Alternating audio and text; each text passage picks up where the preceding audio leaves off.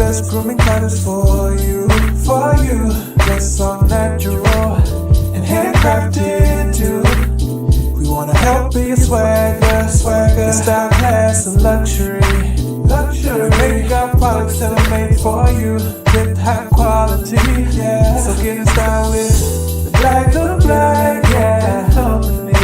Company, you swagger, style, class, and luxury, yeah. The black, gentleman, yeah. Company, you swagger, style, class, and luxury, yeah. Located at www.theblackgent.com. Y'all know what it is. It's the usual suspect 650-50 draw. Buy your tickets now for your chance at winning half the pot. Cash App, $ usual 50-50. Tickets on sale for $10 for one, $20 for 3 tickets, and $50 for 10 tickets. Put your desired amount, name or alias, as well as your email address, and your tickets will be set.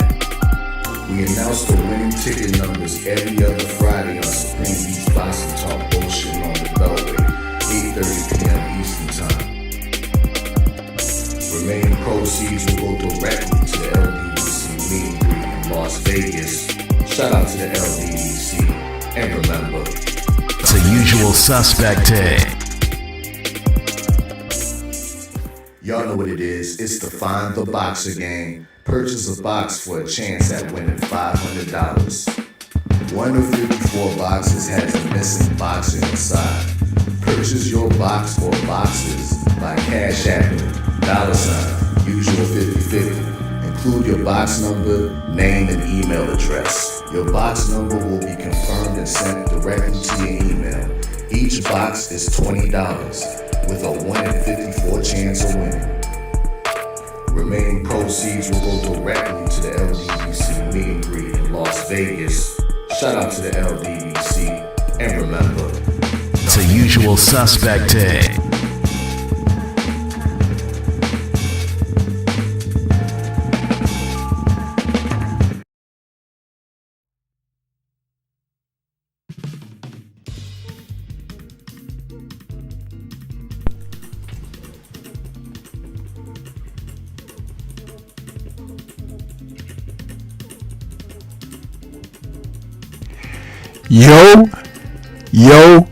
Yo. What's good? It's Stormybman, and I am back. Welcoming you to Answering the Bell with Stormybman, our Sunday morning call-in show for this Sunday, February 16th, 2025. This is number 154 in the series of call-ins, and we are here to talk about another magnificent weekend of boxing. The sport is ripe with matches and matchups, and we are rolling right through the first quarter of the calendar year of boxing with excitement, change, a little bit of the unexpected, not quite any upsets as of yet, but there's an equilibrium. The boxing landscape is beginning to level out, and we are going into more and more 50-50 type matches, something that we had been yearning for. Because even the perception of 50-50, and to see an outcome where it is totally out of sorts, where someone wins in a landslide or a lopsided perceived victory, you just don't know until they lace them up, right? And that lacing is the gloves. Yeah! So we, in the second month of the year, have been introduced to something tremendous, and I welcome it. And on the horizon next weekend, we have a serious event that'll be taking place the last crescendo, the fight card of, I want to say the decade. Some people will say it's the best fight card of all time, but I'm not going to go that far. But this card, with the main event headlining the rematch between Artur Beterbiev and Dmitry Bivol, is all set to give us not only another look at who is the best light heavyweight champion in the world, but only 6 months later, after their first fight in October of 2024. I mean, they come right back, y'all. They're getting right back at it. This was a fight that was over 5 years in the making to begin with. And then once it finally took place, we get the rematch within 6 months, because the landscape of boxing has changed. And you need to be grateful for that. You need to show some love for that. And this is the greatest part of it all, you guys. It's a pay-per-view event that is $25. Did you hear what I said? This card is under $30.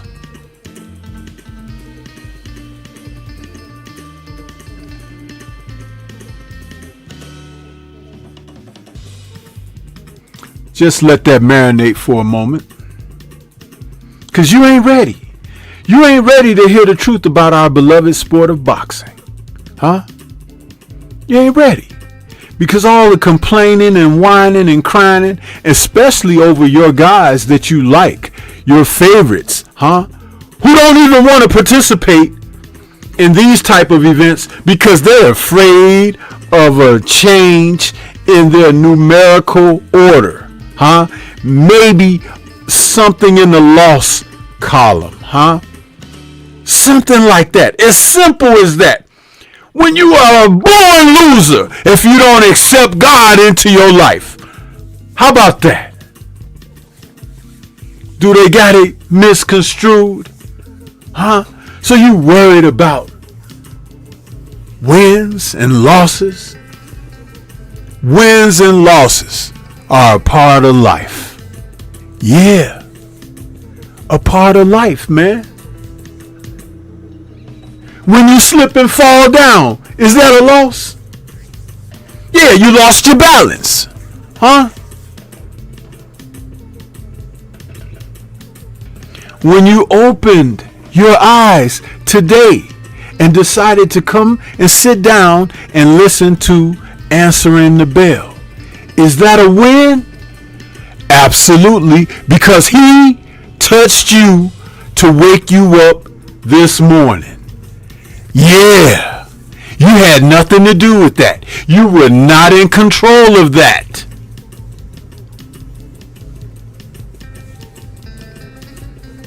Yeah. You see, this is what I'm talking about. When you heard me use the word perception earlier, perceived, you need to understand where vision really comes from. Has nothing to do with your eyesight. But I'm getting a little too deep for you already, and the show has only been on about 15 minutes, huh? Yeah. That's why I'm out here this morning. To shed a little insight, huh? To help you. Yeah.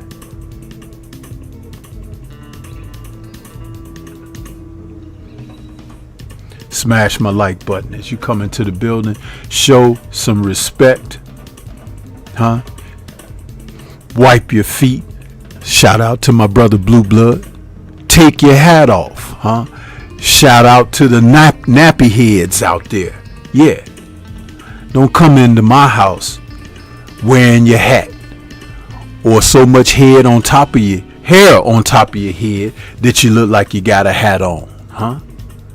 Go to the barber. Tighten that look up a little bit. But before you go out and go anywhere, touch them spots, with soap and water. Yeah. Cologne don't cover it up. The musk I'm talking about. It doesn't.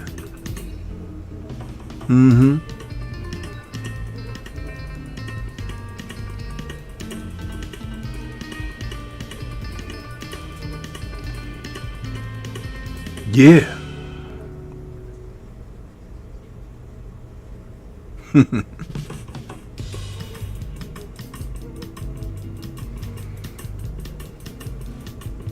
They still filing in, but they not hitting that like button though. Why would you be so in a hurry to enter into a space and a place that you don't respect? That amazes me.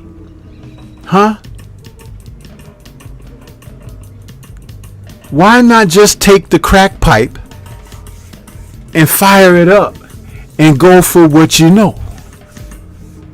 Oh, that doesn't make sense to you? Well, it's the same logic, because there's no crack here.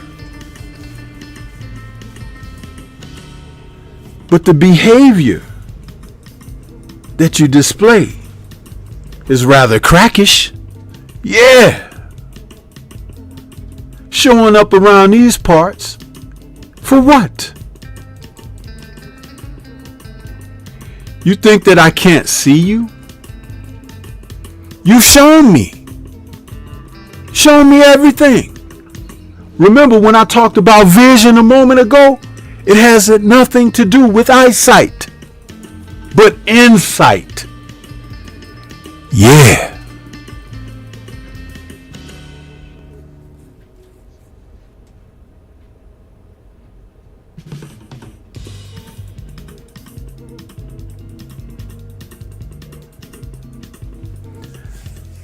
I try to tell people things,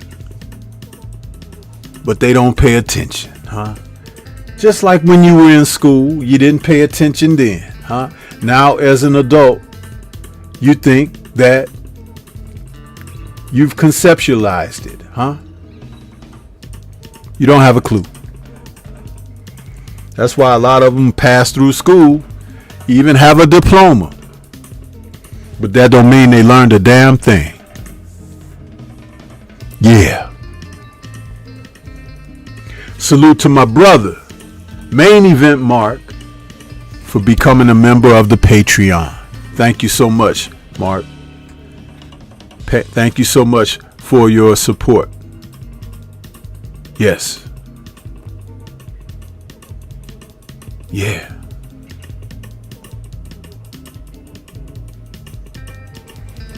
See, that's out there for you, the Patreon. It's out there for you. We're doing great things with this channel.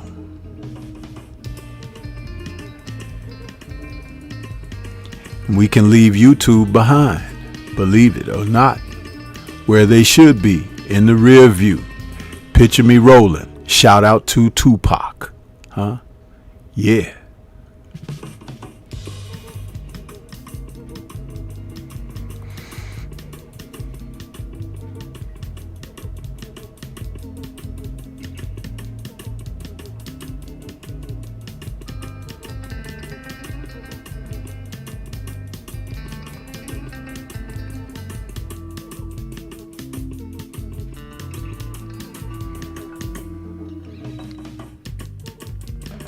We take a moment to acknowledge the people in the chat.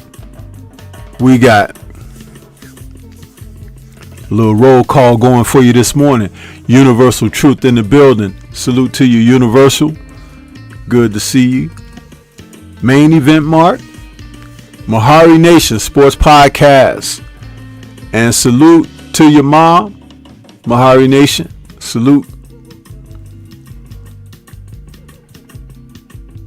Mr. Shelton is back with us. What's happening with you? He says that music that played, he said it makes me miss the 80s. Hey man, Stormybman has an eclectic taste of music, man. Yeah. Ravens Nation is back with us. What's happening, Ravens Nation?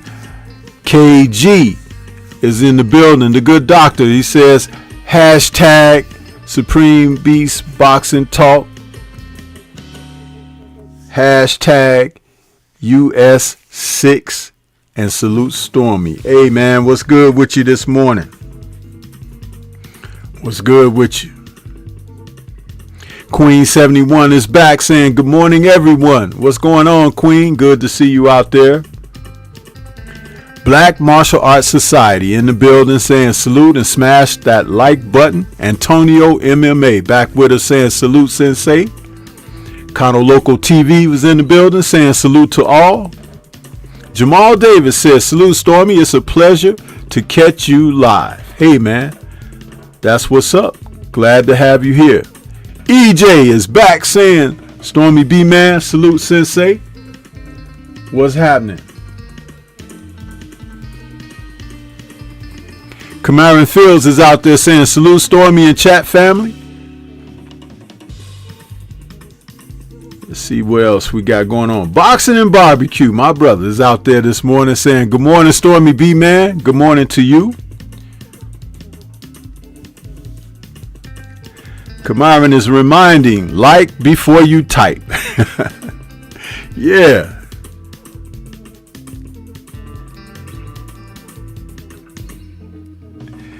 Main Event says, yes sir, I found you, Drew, and BFTV. YouTube don't love us. Hey man, listen. I'm on my OBS system here, but if I was on StreamYard, I would highlight that comment and put it up there. Well, I could still do it this way. Yeah, let me do it.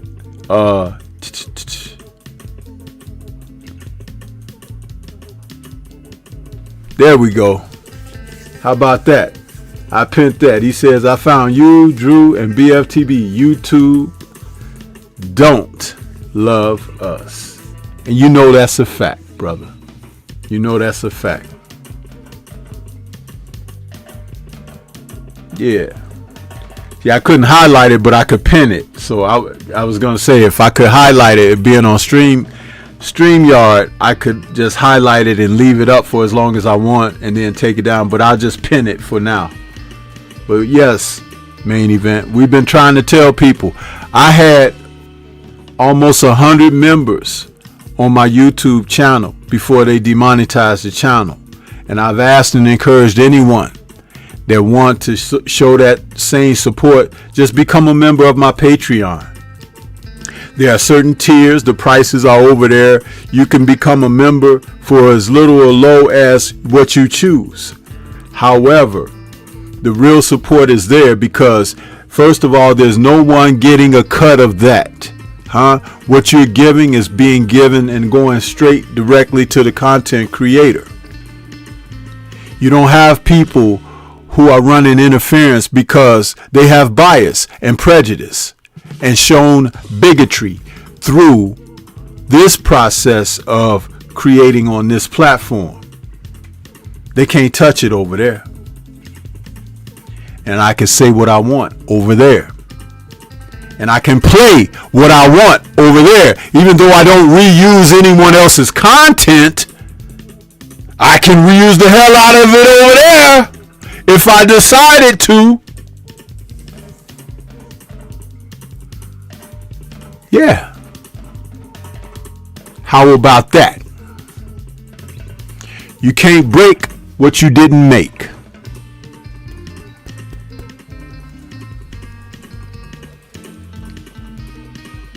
Coming out of a wonderful weekend of boxing. On Friday, Valentine's Day, Dennis Berinchek decided to defend his WBO lightweight title against Keyshawn Davis. And guess what happened? The supremacist and ego in Berinchek falsely led him to believe that he would be good. in this matchup. They thought that they would look at Mr. Keyshawn and say, oh, he's just another one of those hard ERs, huh? With dreads in his head and everything, huh? Yeah, we're going to show him up, huh? But guess what?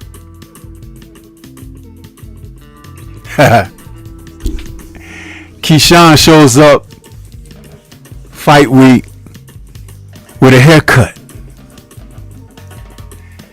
He shows up in shape. And he told Berinchek, yeah, you guys being a little bit racist. Yeah. And they were. Where was that love for brotherhood and coming together as a community when those unspeakable things were directed at Keyshawn Davis's camp and himself personally with what was delivered to his room? Where were the outcries of people saying, that's not right, take his money, the fight should be called off, and the title should be awarded to Keyshawn? Where were those type of sentiments that we've seen exacted against people, fighters of color? Lomachenko versus Devin Haney, the weigh-in. Devin shoves Lomachenko at the weigh-in, and they want to fine him $5 million for pushing him. But did Dennis Berinchek push Keyshawn in the back off the stage? Tried to anyway. But because Keyshawn's feet is on solid ground, he just kind of took a step forward. Yeah. Where were the fines at? Oh, it's too early in the show for me to get upset.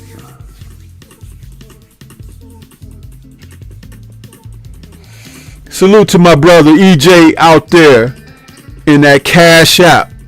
He says Miguel is at work hating, not giving notifications. Oh, they never stop, man. But just know, unless you see it on my post page, Stormy gonna be here like the rain, brother. Very consistent. I put the reminders up on my page before YouTube can say or do anything.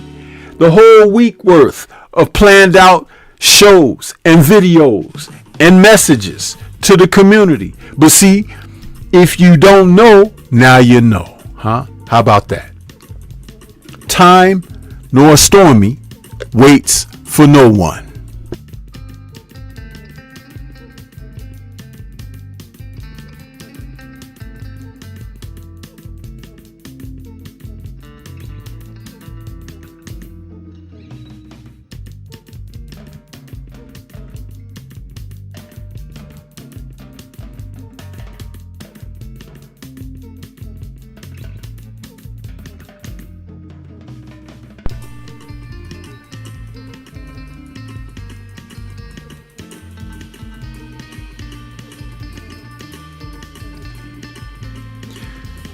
See, they can only do to you what you let them and allow. But any other time, this is the message for them.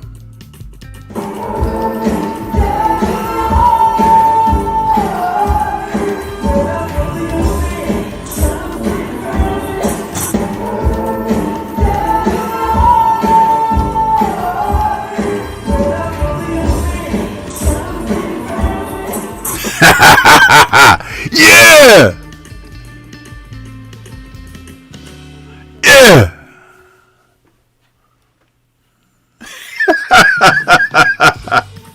Get it, Dev!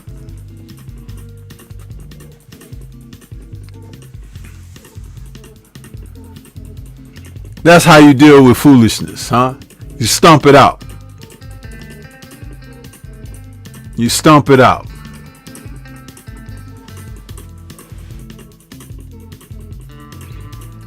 We ain't got to play no games.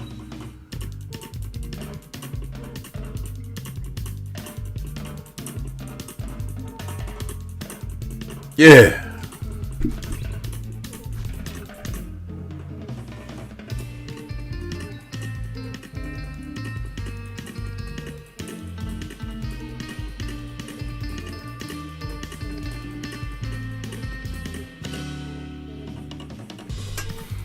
So, let's kick this thing off, huh? Kick it off like Bruce Lee, huh? Let's get some calls in. Let's talk about some boxing, huh? We can go from Friday through last night. You know, yesterday was an entire day, a buffet of boxing, huh? Show that appreciation and love. You know what I mean? Cash App ain't the only option. You can show love to the PayPal, huh? You can show love to the Patreon. Yeah. We're onward and upward. Bound for glory. Yeah.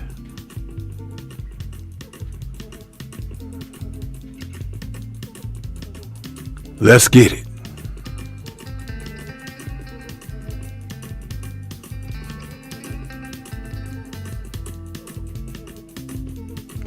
Antonio MMA says, might have to say that louder, Sensei. No, you know, some of the best messages can be conveyed with discipline and peacefulness, man. The excitability that I show, especially when I scream, yeah, that's just like putting energy out into the universe and allowing it to come back to recharge my batteries so I can keep going. Yeah, that's what that's about. Some people mock me doing that. But it's just like in martial arts. When you throw a punch or a kick and you make that sound, whoosh! You see, but people don't understand these things. But hey, that which is understood don't need to be explained, huh? Isn't that a saying? Whatever.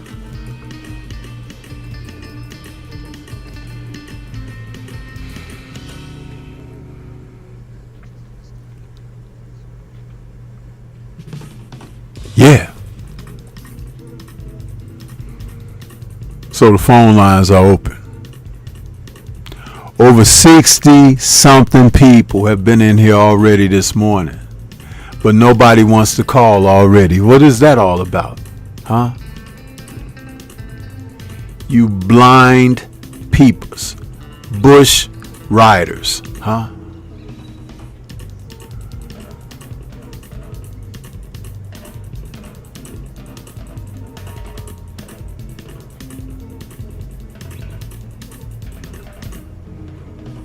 But Jared can wear these shoes. That's why Jared has it. You understand me? But Jared ain't asked for it. It's too bad.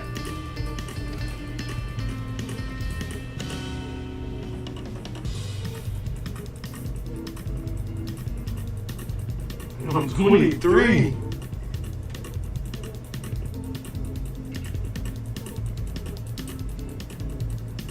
But it's the pressure though. I understand the pressure. But God built us different. You just tell me that?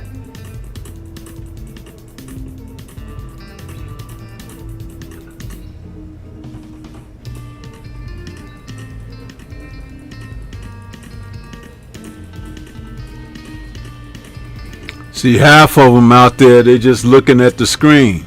Just looking at the screen. I'll give you something to look at. Every move was calculated. I do know it's calculated. You don't got my cash or payment. Push it, boy, I'ma catch you later. Ride with that soul. Air pumping. Huh? That's what you're doing out there. Air pumping. Not participating with Stormy. Yeah.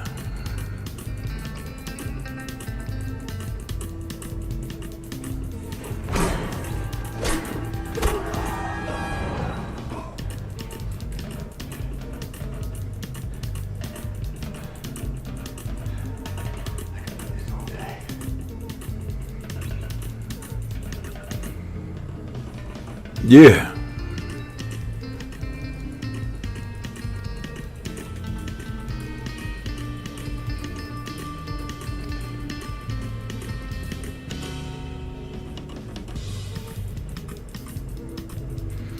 Okay, we got another Cash App donation out there. From PD, we got Breaking Bread. Hey man, thank you so much for your donation, brother. I didn't want to say your name on there, so I just say PD. But thank you so much for your Cash App donation, brother. And we are breaking bread this morning. That's exactly what we're doing. And we breaking hearts and feelings too, because they all up in them, huh? The feelings on what they're hearing from Stormybman this morning. Yeah. All up in their feelings.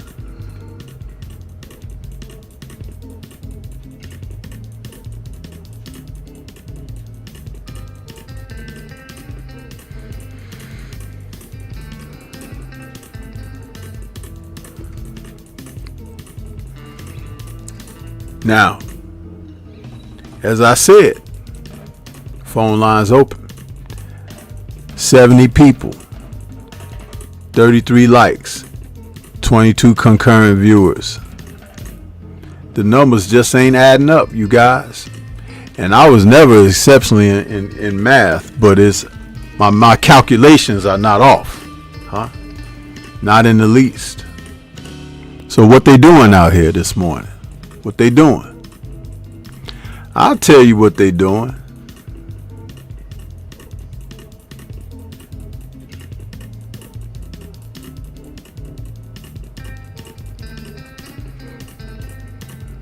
This is exactly what they doing.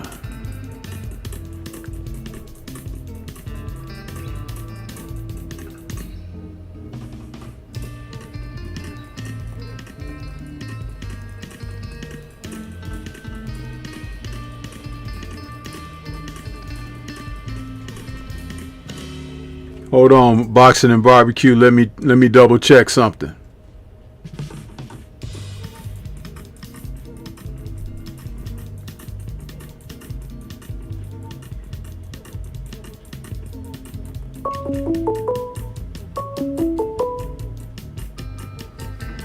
Okay, Boxing and Barbecue, give it a shot now, brother. Give it a shot.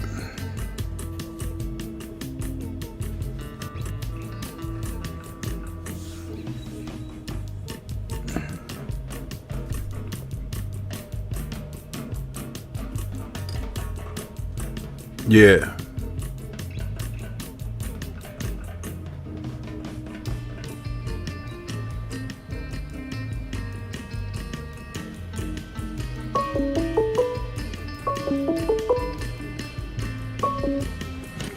Yeah. We got my man Boxing and Barbecue in the building. What's happening this morning, man? How you feeling? Hey, good morning to you. Happy Sunday. Doing all right. How about yourself?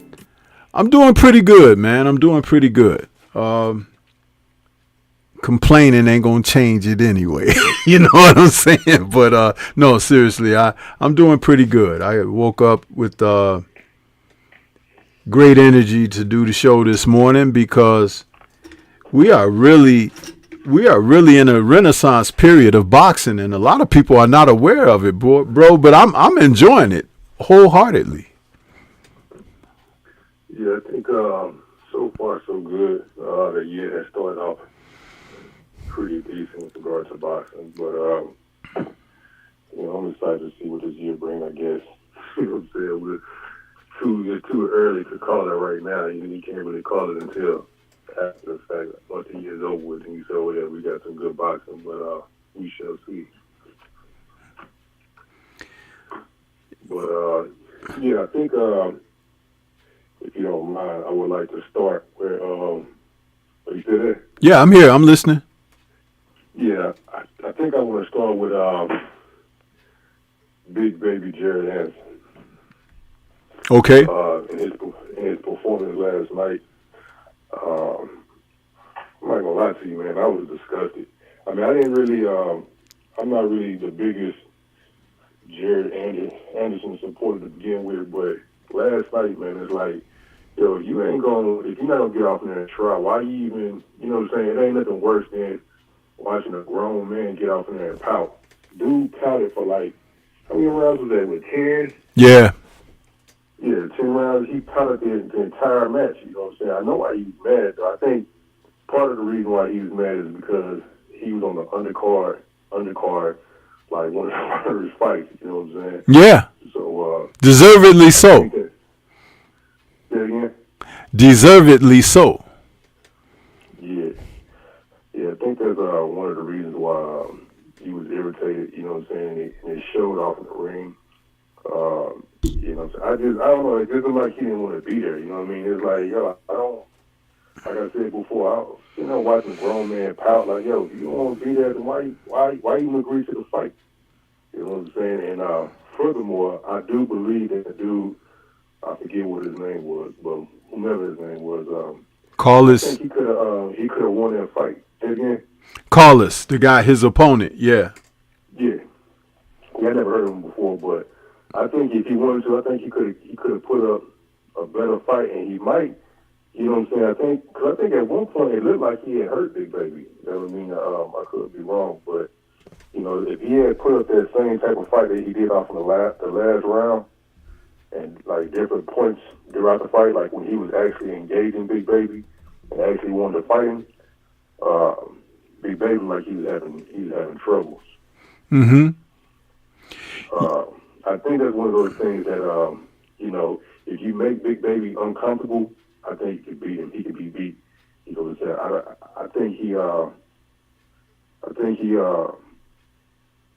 ain't got no dog in him. You know what I'm saying? I think at the slightest, I know what people are gonna say. He got up a whole bunch of times. You know what I'm saying, against McCauley, but I think you can beat the fight out of him. You just take that person and beat the fight out of him. You know what I mean? And you can stand up to his punches. They took the fight out of him no, it wasn't last night. It was Friday night. They took the fight out of him Friday night without throwing a punch. How about that? Did you see him throw his opponent to the canvas in the last round? Oh, you talking about that hip toss? Yeah. Yeah, I saw it. You know what's real interesting? All of these boxing experts out there, nobody's had a thing to say about him or his performance or his behavior, have they? No. Isn't that interesting? Because I saw exactly what you saw, brother. I saw every bit of what you saw. And I was hoping as you began to speak on it that it became, you know, something that you would bring out in the conversation. And you did exactly that. You put it out there, man. This guy pouted and had his lip stuck out, and he strutted out of the ring when the decision was announced as if, you know, someone had done something really bad to him. I am tired of celebrating these juvenile adults. I'm not for it. If you don't want to be a part of something that is of this ilk as far as entertainment and everything, you can take your shit somewhere else. And they'll find another to put in your space and keep it moving. But you did it to yourself.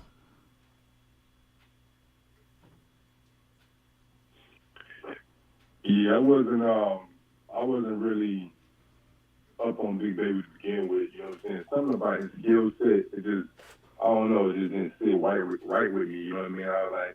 He do a lot of picking and prodding on the outside. You know what I mean? When he out there fighting or whatever. But I don't know, man. I think I hate to use the word exposed.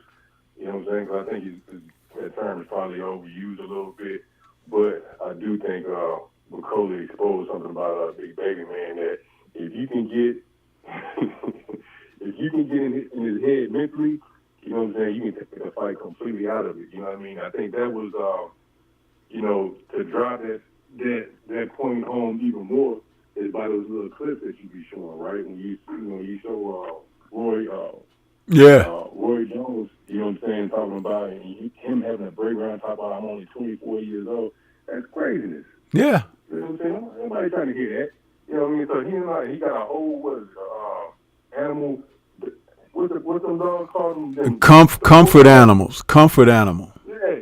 He's 24 years old and you box with a comfort animal. You out here crying and stuff, and you know what I mean? And just that performance last night and the way he behaved, it just showed me that I don't believe he'll ever be a champion. If he do, he's going to have to pick out somebody, you know what I'm saying, or he's going to have to fight somebody that probably don't belong off the ring with him, you know what I'm saying? But I know if Junior hear this, you know what I'm saying, he probably going to be the first one to, you know, he Ohio everything, but he going to be the first one talking about, you know what I'm saying, they shouldn't throw Big Baby away. I ain't about to be calling no grown man. He throwing himself away, bro. He throwing himself away. Listen, anytime you have opportunities for people to try to assist you to elevate, and you try to find, and you're trying every doorknob along the path to get off the track, I believe in letting you get on off the track, because sometimes people got to fall and hit the bottom before they recognize there's nowhere to go but up. Sometimes people can learn from observation. You learn from someone else's experience. Sometimes it has to happen to you for you to learn and get the message. Sometimes you got to get several knots and stitches and everything upside your head before you like, you know what? I don't want that anymore. And then some people are just a lost cause. You know, it's the same with planting a garden. When you have seeds and you plant them, you know, and you cultivate that land and you water and you fertilize and you do everything that you're supposed to do. But sometimes some of those seeds, the birds will come and take some. The wind will blow and some of them will blow away into a crack somewhere in the concrete. And some will just dry up and rot and never become anything. That's nature and life all working at the same time. What makes us different? Early in this show, when I began it, I spoke about if you ain't brought the Creator with you, you ain't going very far.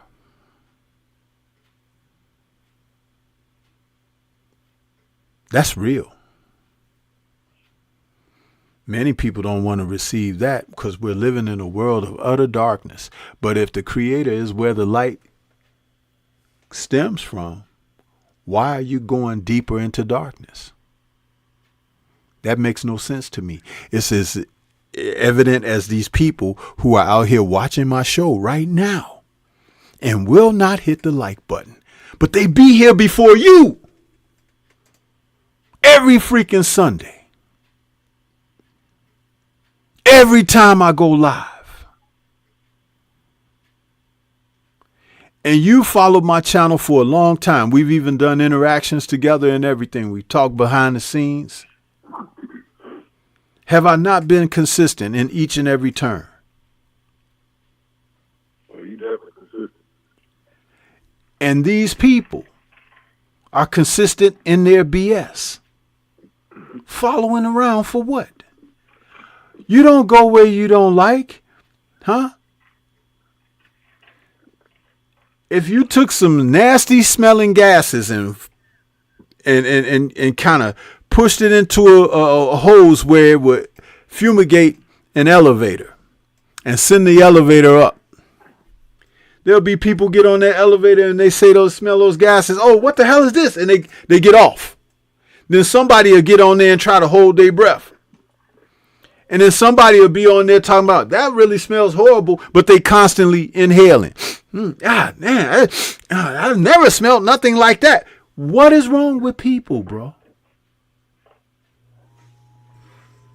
This is our society.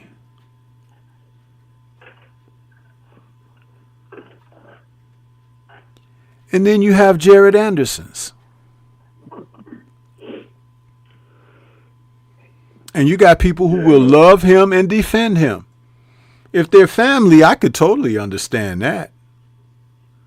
I can understand it. It's not necessarily right, but yeah. But we talk about the sport of boxing.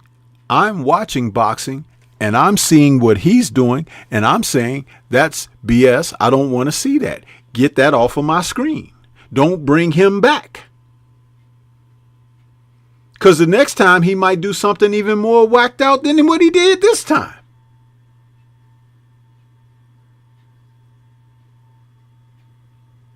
Yeah, I think he definitely gonna implode. You know what I'm saying? I don't want to give him too much time here. He ain't even giving himself no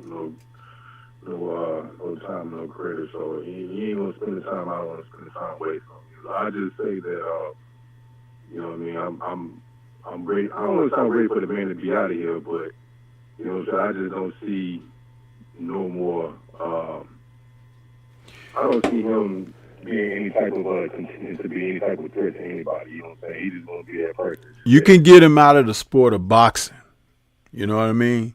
His personal life, let him live it.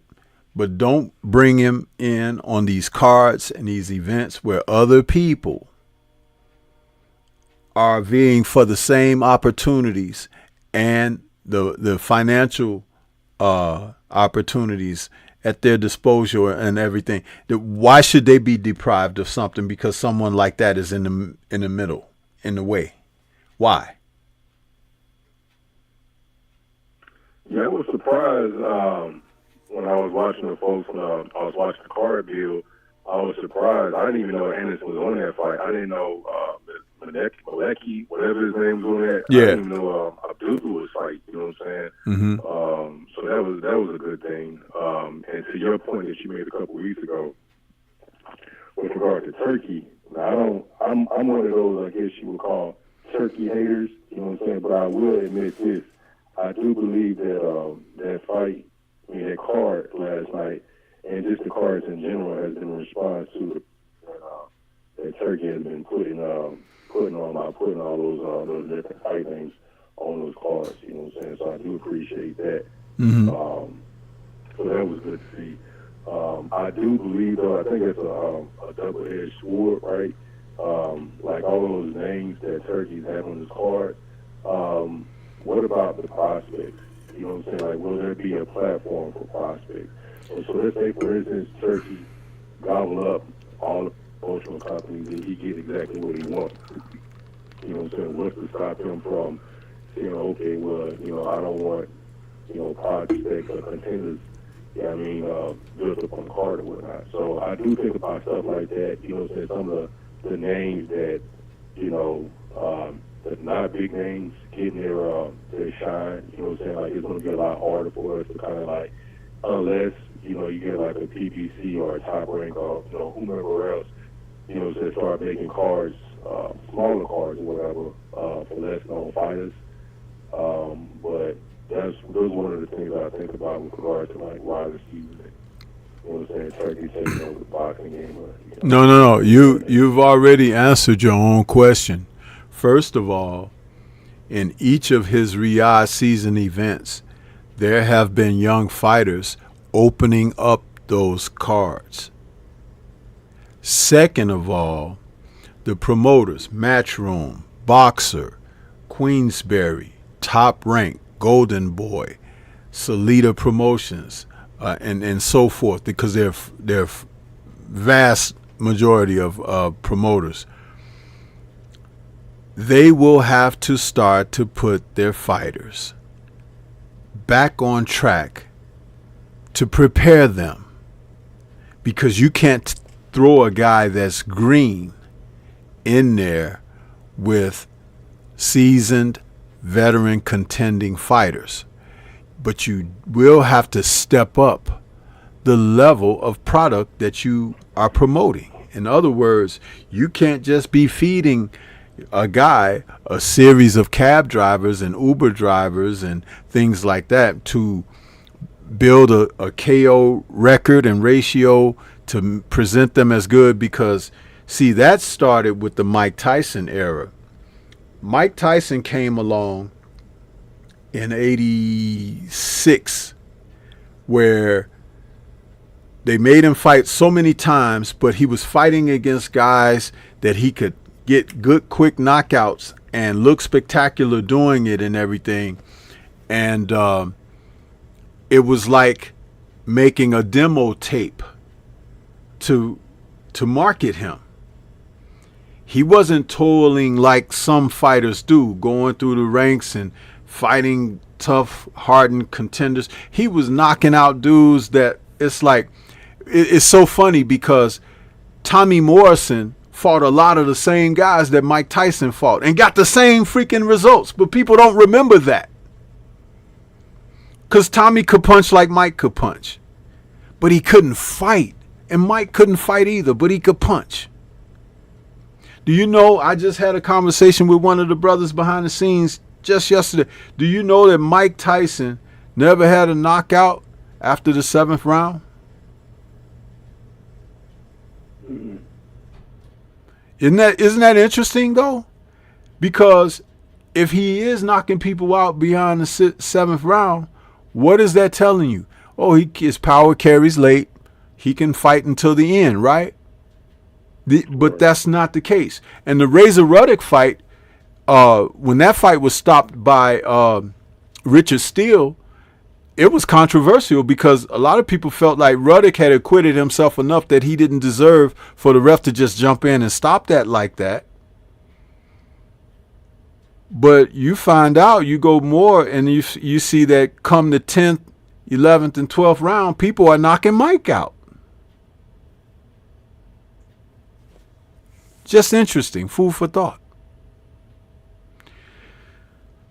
A lot of these guys, they go into deals with these promoters, and it's a thing where they want to market them but not develop them. And that's kind of like how that's the American way now. They want to make money. We got to get a gimmick, but the gimmick got loopholes. It ain't perfect. We need to do don't worry about that. Don't worry about the details. So they basically putting out there Milli Vanilli. But then when you find out that ain't them singing and you want your money back, now the corporations and everything trying to make loopholes and stuff so you can't sue them and everything. Man, what? You're fake. You're false.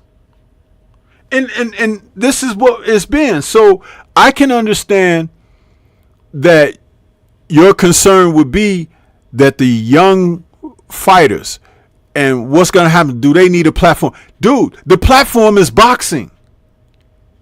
If you're going to be out there, you got to be good. Last night, that kid, Darius Fulgham, fought. And the guy that he was fighting, he should have had that guy out of there in 1 or 2 rounds. But he was struggling and everything to get the guy out of there. And finally the ref steps in and stops the fight. But I'm like, Fulgham looked like crap. And as soon as they put him in there with somebody that can fight back, he gonna be in trouble. But see, the common person can't see those things because you're just watching boxing. But it's like the dude that was in there with him didn't deserve to be in there with him. But he looks so bad because he's not polished. He's not refined. And whatever they're teaching the kid, there are gaps everywhere. But he's on television. And so you're watching him. And you might even say, oh, yeah, he might be good one day. Yeah, No! I'm telling you, I know what I'm looking at. He's not. But he's on your television. There are people that they putting out there that shouldn't be out there. And there are people that are really good that you never see. And why is that? Because someone didn't sign a deal with a big promoter?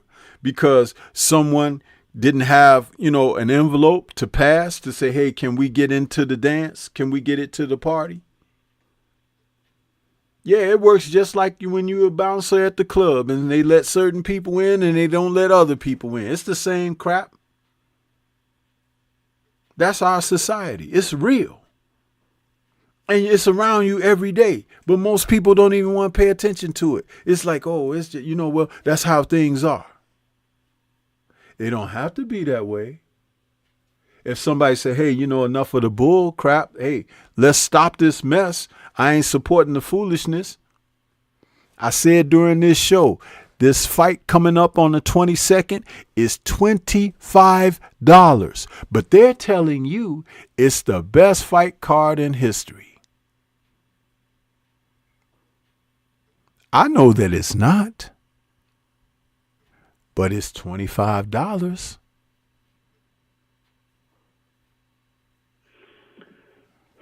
Yeah,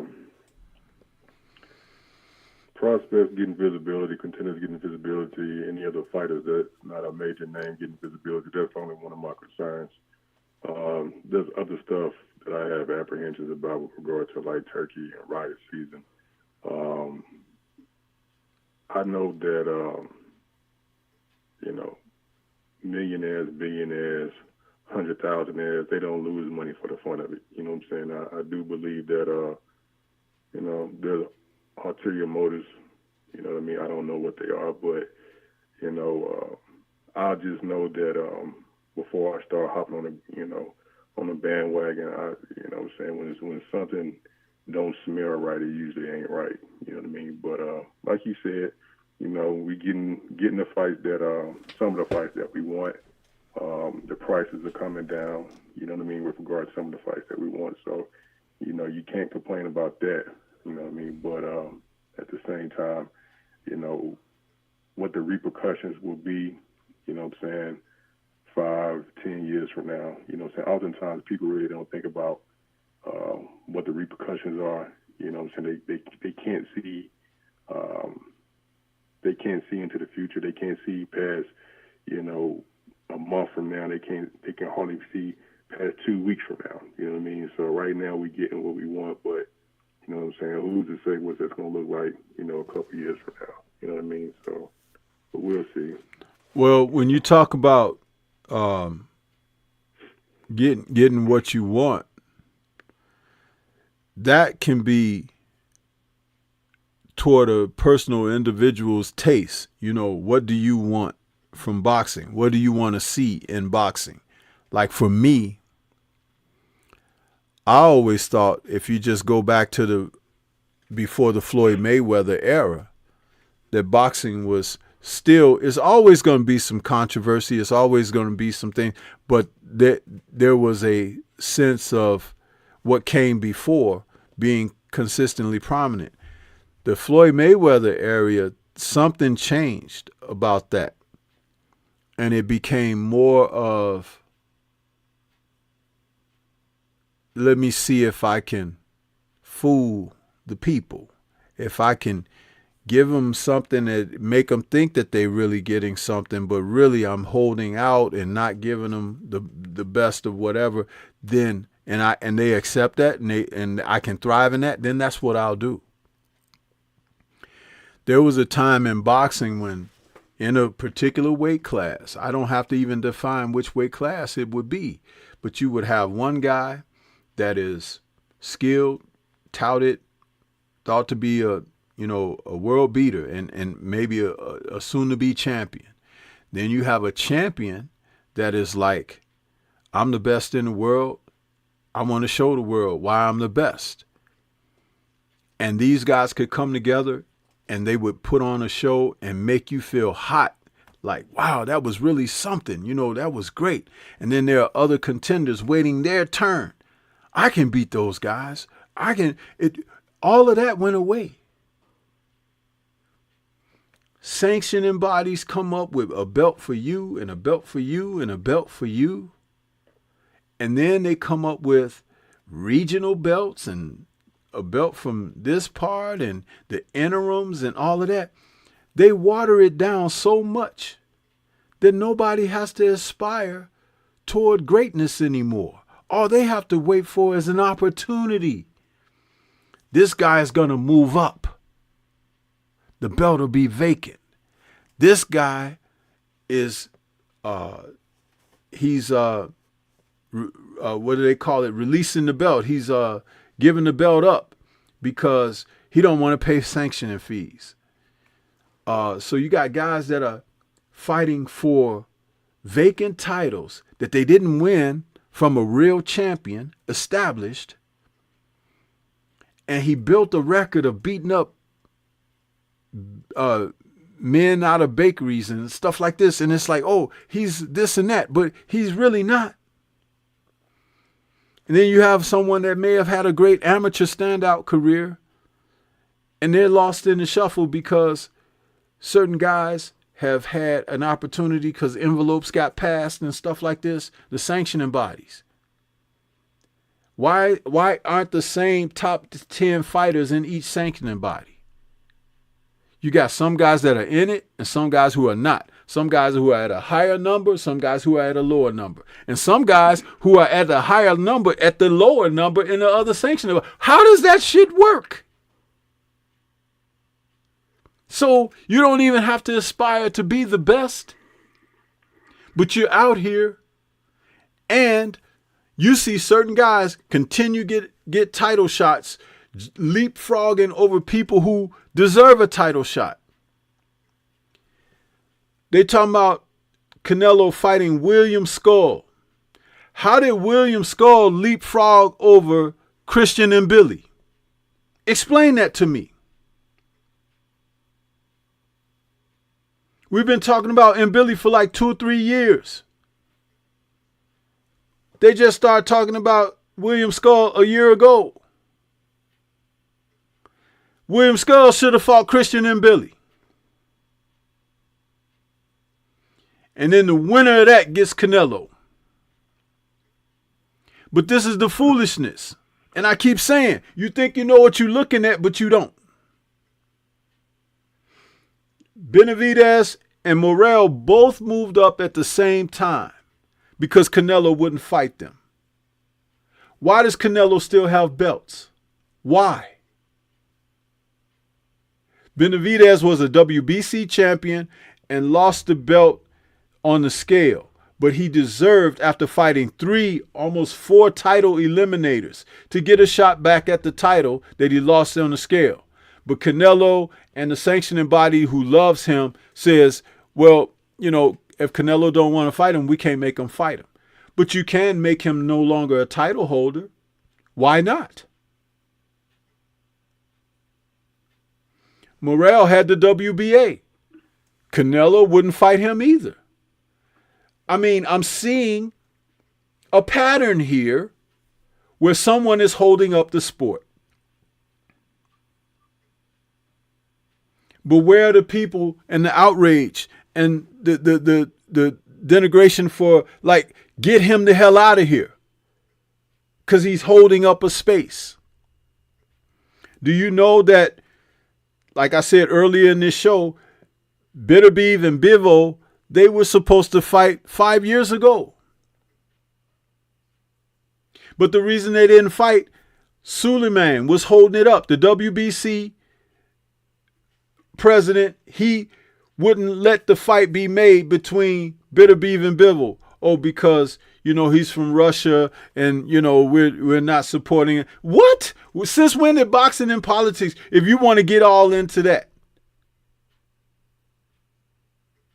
So they can't unify to get closer to having one champion because you want to put politics in it?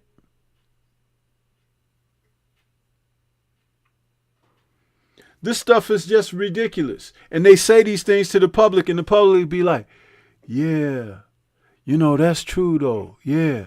What? I'm tired of the foolishness. Turkey has some type of illness. He's trying to make some things happen financially because he can, and also it's good for the sport to a degree.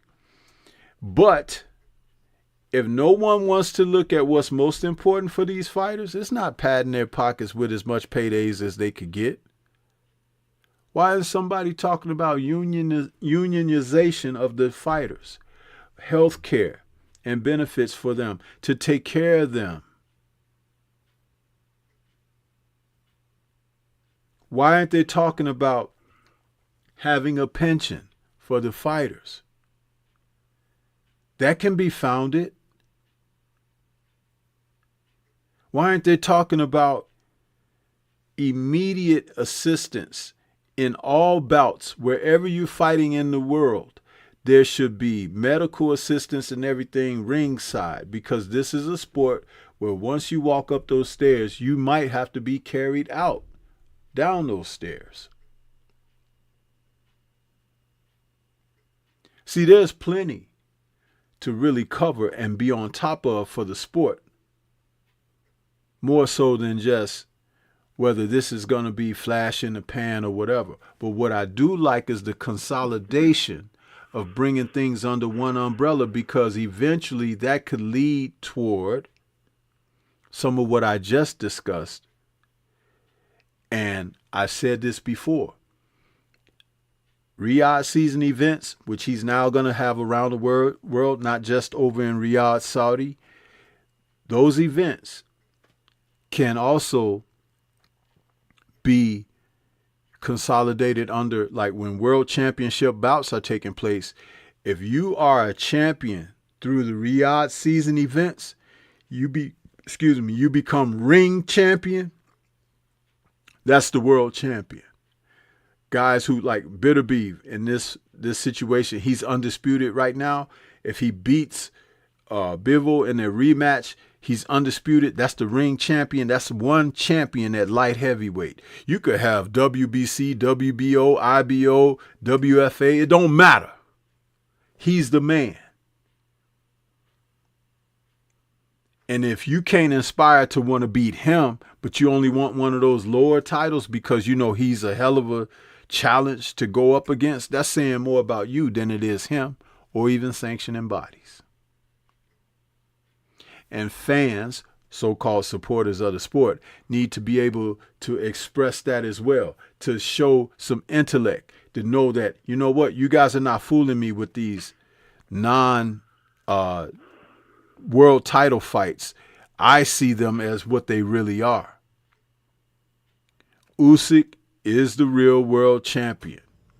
If he fights Daniel Dubois in a rematch, he becomes undisputed for the second time.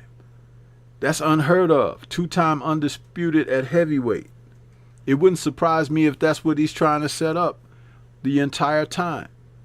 That would be great for him, his own personal legacy.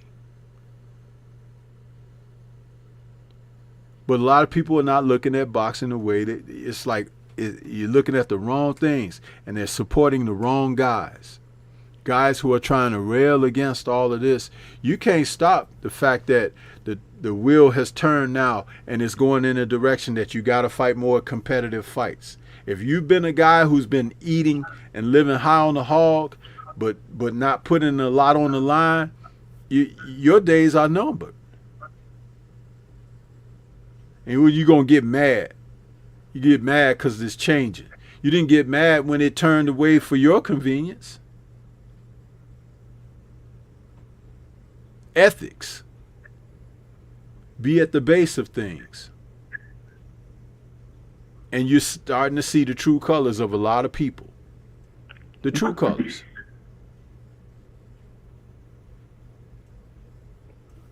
Yeah, Stormy, I wanted to talk about Ali and Keyshawn a little bit, but I'm on the phone for 30 minutes, man. I got to run. I'll let you get to it. But great show, and I'll let you later. All right, bro. Appreciate you, man. Thank you for calling in. All right, take care. All right, peace. Yeah, that was Boxing and Barbecue, man. He doesn't sound too pleased with how things are going on certain ends, but you know what? As I said before, the wheel does turn. it turns. And people have to be prepared to change with the times. That doesn't mean you have to adopt everything. Always hold firm footing on solid ground, huh? But sometimes when things get shaky, you gotta be able to roll with the punches.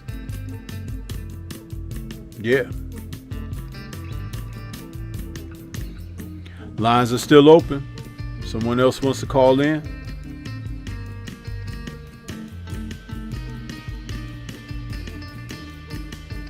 We had a couple people come into the building. T. Berry, what's happening with you? Royal Constrictor in the building, what's happening? Tay-Tay is out there. Yeah, King Style Productions, what's happening?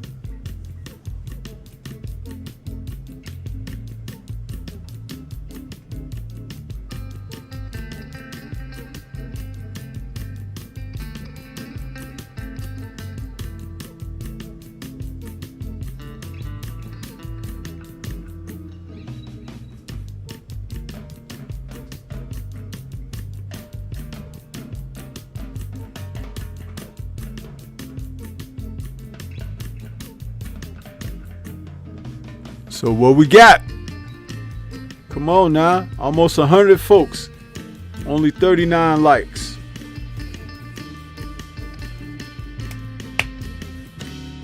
That's not even half.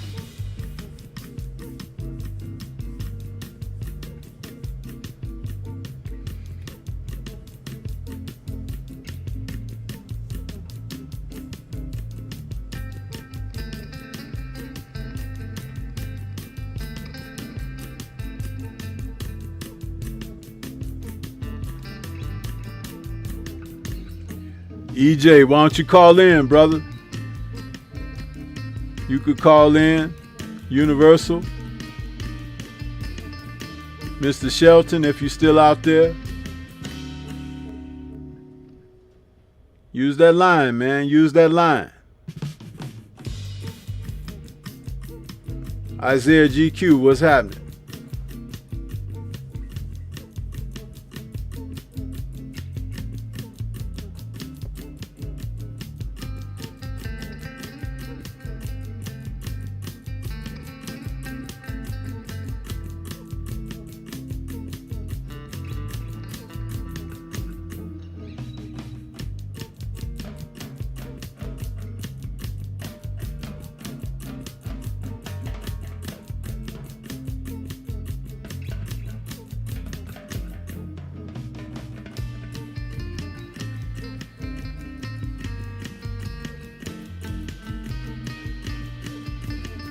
See, here's something. Got a little advertisement. Y'all know what it is. It's the usual suspect 650-50 draw. Buy your tickets now for your chance at winning half the pot. Cash App, $ usual 50-50. Tickets on sale for $10 for one, $20 for 3 tickets, and $50 for 10 tickets. Put your desired amount, name or alias, as well as your email address, and your tickets will be set. We announce the winning ticket numbers every other Friday on Supreme Beats Boxing Talk Bullshit on the Beltway, 8:30 p.m. Eastern Time. Remaining proceeds will go directly to the LBDC meet and greet in Las Vegas. Shout out to the LBDC, and remember, it's a usual suspect tag.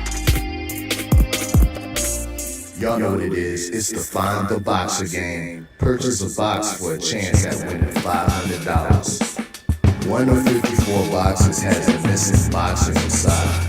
Purchase your box or boxes by Cash App, $ usual 50-50. Include your box number, name, and email address. Your box number will be confirmed and sent directly to your email. Each box is $20 with a 1 in 54 chance of winning. Remaining proceeds will go directly to the LBDC meet and greet in Las Vegas. Shout out to the LBDC, and remember, it's a usual suspect tag.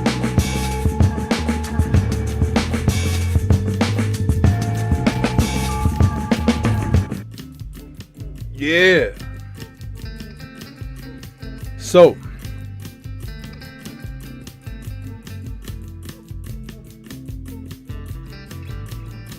what you guys got?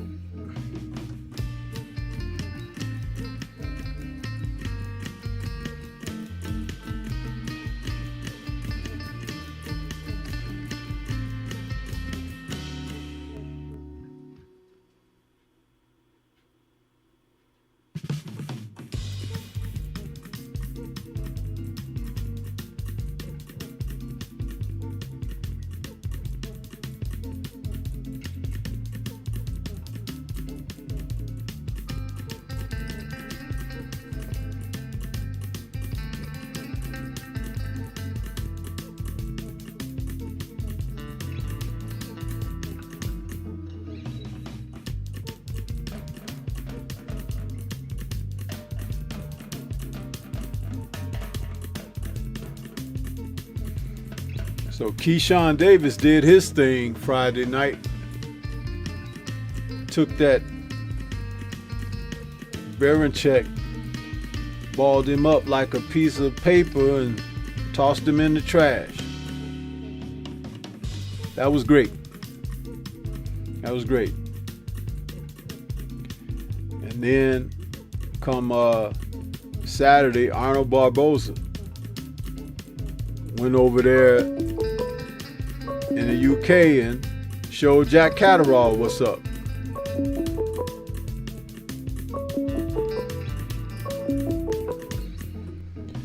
Okay, we got 915 in the building. Who's calling? What's on your mind? What's going on?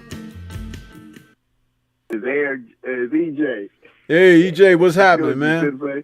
What's happening? Oh, not much, not much.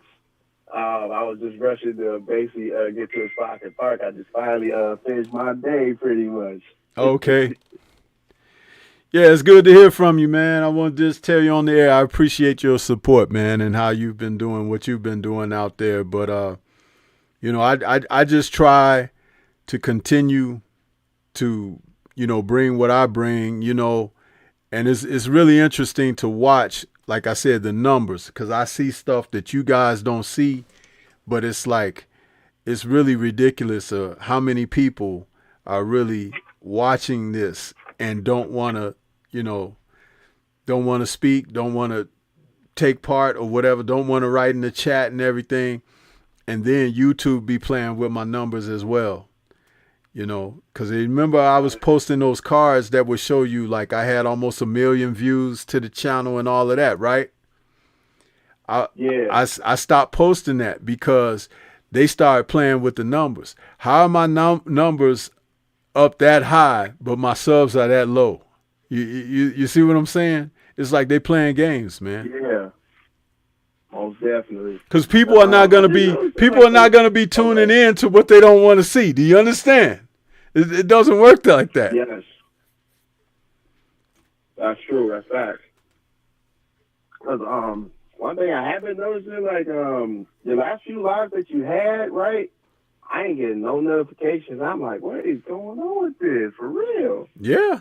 So normally I always have to check if certain people's online because I know you check with, your timelines, how you basically set up if you're live or if you're live or not.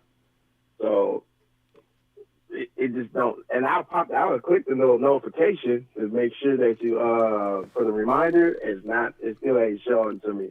And sometimes what it do is like after when you're off, that's when it pops up that notification. Right. Yeah, they found ways to mess with us, and it's only a few of us that they doing that to, believe it or not, and that's being done by design. They just trying to keep, But like I said, once I do go live or whatever, I'm telling you, just like I can honestly say to you, presently, it's almost 100 people who have tuned into this show today, but it's only showing 15 concurrent viewers. But only 41 likes. Something is not right. You can't tell me that it's like 80 plus people that don't want to watch or don't support the show or whatever. Come on, man. You might have some trolls just hating. You just got the haters, and they're gonna come with like how they going Drew Titan sometimes, or a lot of times, and just be hating on him for just the dumbest reason. I'm like, man, I said the brother really talking about boxing. Come on, what's going on here? Yeah, it's just unfortunate, man. But this is what we deal with. You know, it's unfortunate. I agree. And, you know, pretty much I know I found you was through Drew when it was on Sunday. I forgot what boxer was there, but how you was explaining it and how you was articulating the boxer, I was like, just had me a chair. I was like, you know what you're talking about.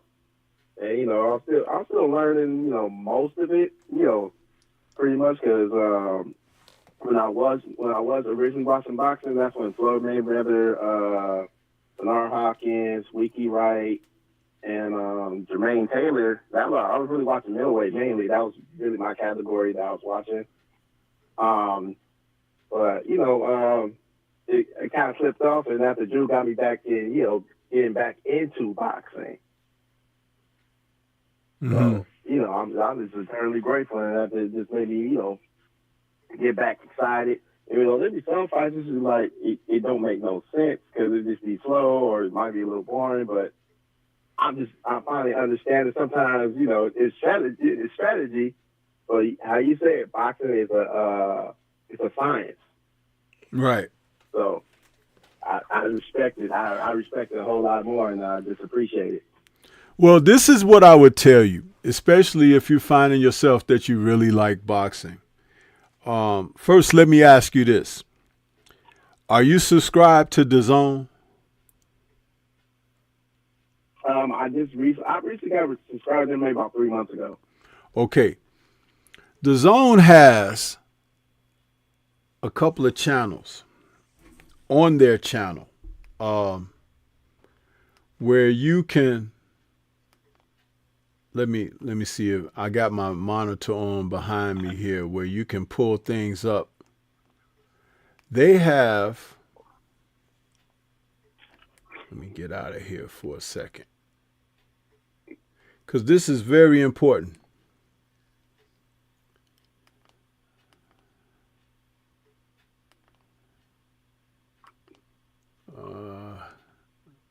Where it's like their live TV. They got live TV where they have two channels. One is called Matchroom Boxing. Mm-hmm. And then the other one is Boxing TV. The one that says Matchroom Boxing has got the red image of Katie Taylor.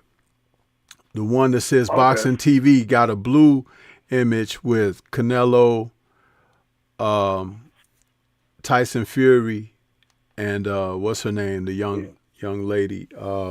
Dag, her name forgives me. The young lady that's real popular right now.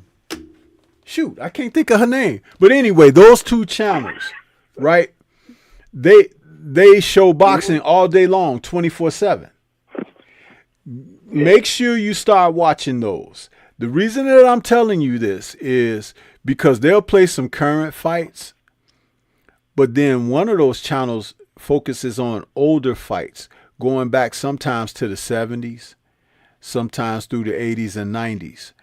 But what it will do for you, someone like yourself, because you said you want to learn more and everything, when you start watching boxing like that, then you'll begin to see the things that what I speak about. Like I was watching a match on the Boxing TV this morning on DAZN, and I saw an old fight that I hadn't seen before, but the way that the men were competing in the ring, I'm like, these two guys could beat champions who are holding titles today, because they weren't even champions.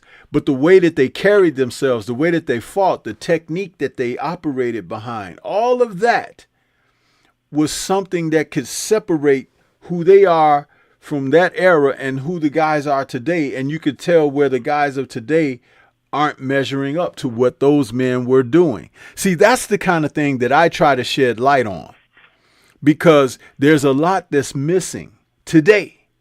And this is not just a rant of an older guy talking about, well, in my day, it was like this or that. No, the further back you go, the more technically proficient men were, and the less important it was about the money and everything. It was about the competitive spirit of a man, the desire and will to want to be able to show he's the best at what he does. How many people take pride in being the best at what they do? Not a lot. But there are people who will tell you in a heartbeat, how much you gonna pay me? Right? Yeah, that's true. That's facts. If you so worried about how much somebody gonna pay you, how worried are you about giving your best effort for being paid? True. See? True. But when you want to prove that you're the best at what you do, you're going to give that effort regardless of what the pay is, because you want to prove that you're the best. That's how I always remember boxing. Just the best fighter fighting the best fighter. So I guess you're right about it. Kind of started with Floyd when it kind of changed a little bit, when the best ain't really fighting the best as much.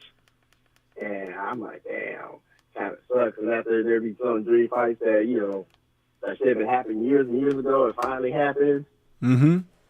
And, sometimes you want to wish it was when they're really in their prime, instead of like their semi-prime. But,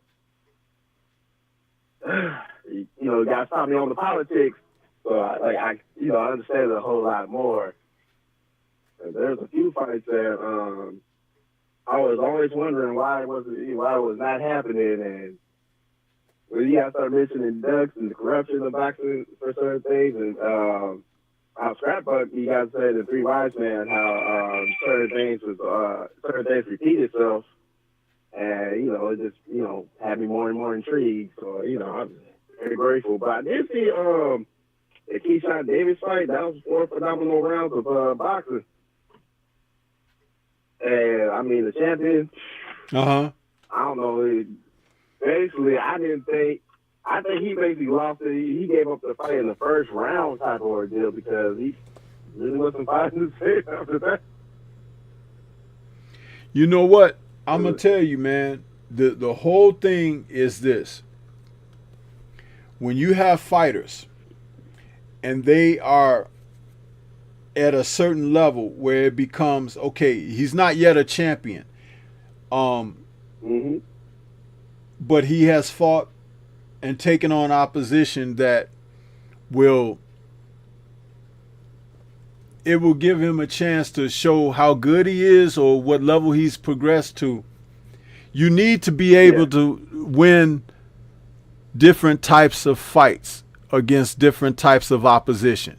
You're going to have guys who move. You're going to have guys who come after you. You're going to have guys who can punch hard. You're going to have guys who have fast hands. You're going to have guys who got good feet. You're going to have guys that are real defensive. And so when you have fighters like that under those circumstances, once you got a guy who can knock people out, he's got good stamina, he listens to his coaches and trainers, he's a willing learner out there, you got something to really build on. And that's when you start matching him up against these different types of fighters and matches so that he can progress to that level, because when he fights for a world title, not only can he win it, but he can start to defend it when he's become a world titleist. You see, because you win the title, you're now a titleist. That don't make you a champion right away. A champion is one who has defended. And you have a couple of title defenses. Okay, now you're a champion. You have a string of title defenses. You're a reigning champ. You know what I'm saying? So it's like, think about it in that way, because a lot of times they water it down, calling everybody a champ just because they got a belt.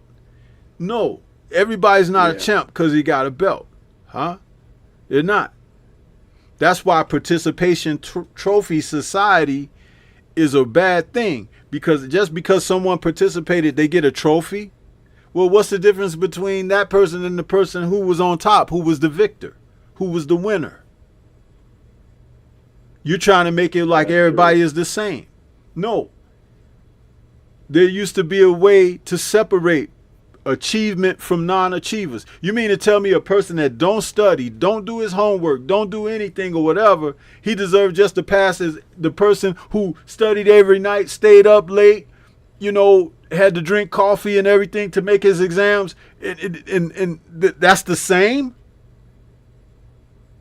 No. Hell no. It is the same. And if you're in the workplace, they should get the same pay as you? No. Nope. But do you see how society has really ruined things for people? Yes. This is what I'm talking about, man. It's like you'll see it, but it's like a lot of people they just don't understand. That when you break it down like that, it's like, oh yeah, I see where you're coming from now. You think? Well, that's when, you basically school somebody, that's when they learn that, they got the F+. There you go. That's one of the reasons why I introduced that, because, again, I'm not going to pat you on the back and celebrate you for being an idiot. I'm not going to say, oh, wow, that's witty and, clever. No, it's foolish and it's ignorant. You have to call it for what it is. And if you don't hold people accountable like that, you erase the line of equilibrium. You make it all the same. It's not all the same, bro. When you go to the grocery store and shop for your fruits and vegetables, do you not pick over the fruit and vegetables and look at what you want? I like this tomato as opposed to that one that's a little soft and squishy looking and it's turning dark. Am I right? Or do you just grab whatever off the shelf and throw it in the grocery basket and just keep going down the aisle? No. And there used to be an old saying, you pick your friends like you pick your fruit. True. That's highly very selective. Huh? They be highly very selective. Yes. That's like even buying a loaf of bread, bro. They'll have 20 loaves up there. But I guarantee you, if you look at a few of them, you'll see that they have different expiration dates on them. Yep. They put the date on the bag for a reason. A carton of milk, same thing. They put the damn.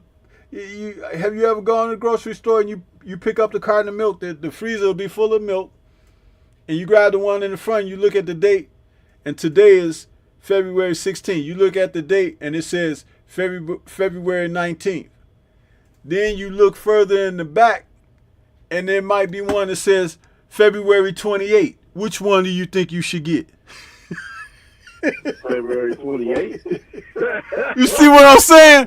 And all it took was a little effort, right? To look further, beyond. But guess what people don't do? People don't look further and beyond. They see what's right in front of their ass. Huh? And a lot of times, they end up with something what? Spoiled!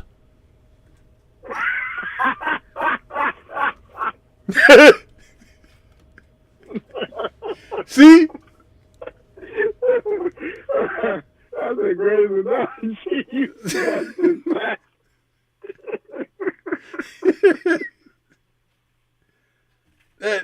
Listen, man, I'm telling the truth here. People can get mad or whatever, but it's like, damn, I was that guy. If you were that guy, stop being that guy. Shit. You just had an experience where somebody told you, hey, man, you funky. You stink. Go wash up. Huh? You gonna get mad. Man, he called me funky. He said I stink. Well, you do. Go wash your butt, bro. Huh? You gonna get mad because somebody said it? But I'm from an era Where my parents used to say, you smell yourself before anybody else do. So get your butt in the shower, man. Why somebody got to tell you you stink? And then you get an attitude behind it.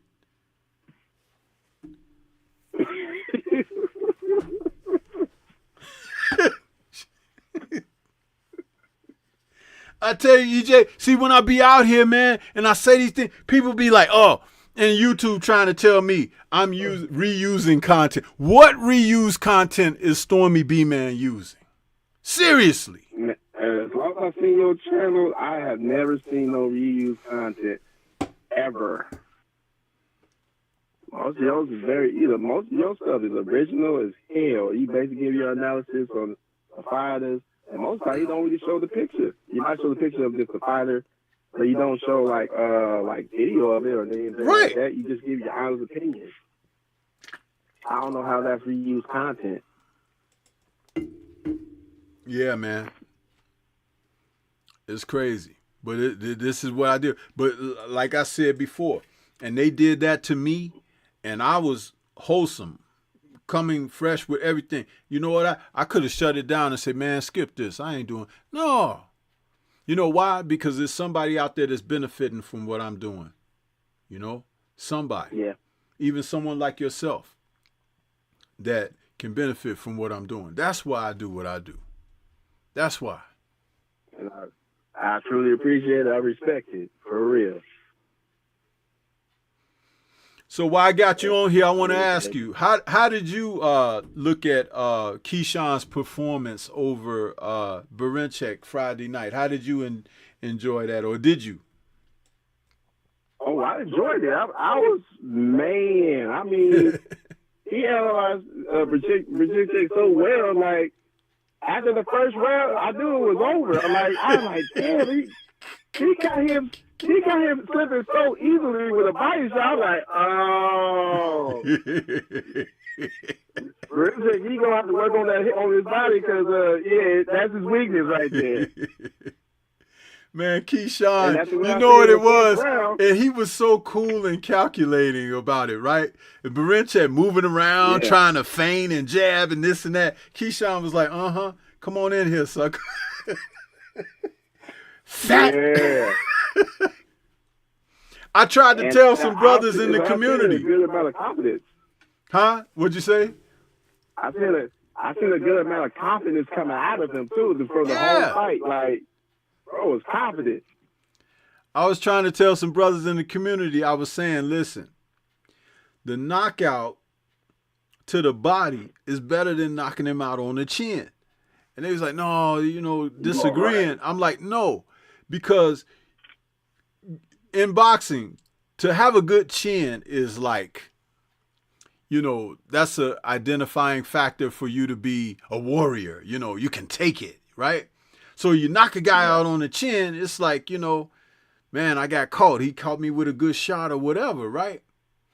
And you could still say, well, I didn't see the shot or whatever. It's like, okay, water under the bridge. But when you knock someone out to the body, that's more debilitating. Because even if they want to get up, it's hard to recover. Exactly. Oh, yeah. Even if they want to get up, in most instances, they can't. And even if they can, most instances, they won't. Because they don't want no more of that. And it does something to you mentally. You can ask Oscar De La Hoya, who was knocked out with a body shot by Bernard Hopkins. It had never happened to him. And he said in the post-fight interview, he was like, man, he caught me with that shot. He was like, I had always heard people talk about that shot. I've even delivered it on other people. He was like, and as much as I knew, he's like, when he hit me with it, I knew I wanted to get up, but I couldn't get up. That was Oscar saying that after Bernard dropped him. So what I'm saying is factual, bro. It's like if you get hit with a shot like that, it's like the warrior in you, everything, it goes away. It's like I'm mortal. I'm done. You know, and that's it. So it was the best thing that happened to Baranchek. Talking all that stuff, whether he sent that stuff to Keyshawn'S room or not, whatever. I don't give a damn.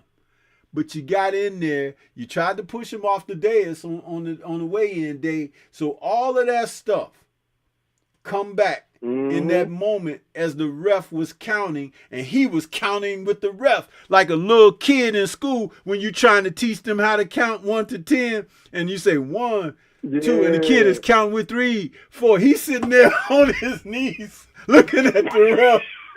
7, 8, 9. Dude, Keyshawn took his ass to school, literally. He took his ass to school, literally. Going to count the phone. Man.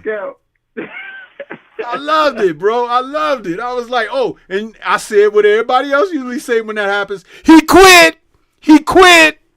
Yeah. He bent the knee. Yeah, I do know when people basically knock out, people do the body like, well, I call it he folded pretty much. Yeah. He get fold because that body shot, man, it's hard to recover sometimes.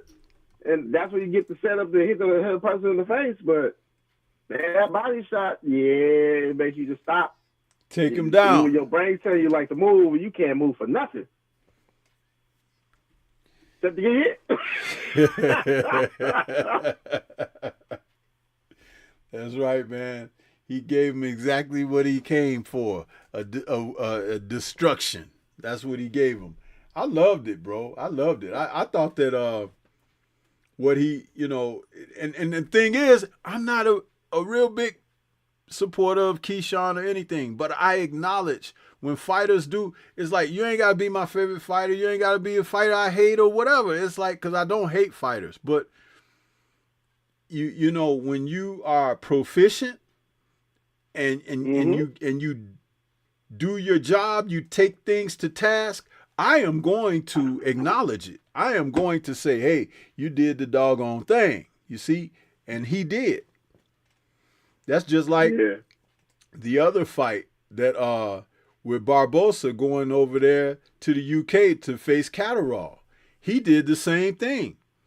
Barbosa went over there. He had a rough patch in that fight where Catterall was kind of controlling the fight and dictating the tempo for a moment.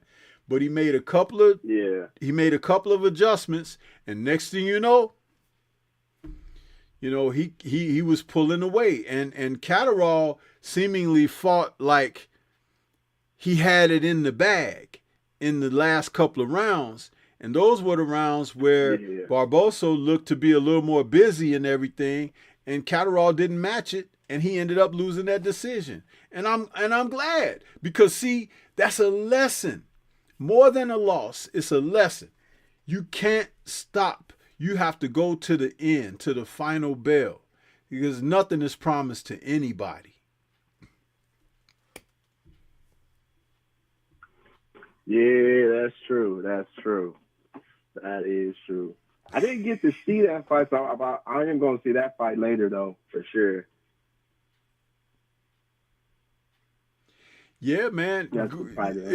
Go back and watch. See, and these are the kind of things that I talk about all the time, because, again, with Catterall and Barbosa, they're basically similar fighters. They both are counterpunchers. Someone was going to have to take the lead in the fight, but believe it or not, the better counterpuncher was Catterall.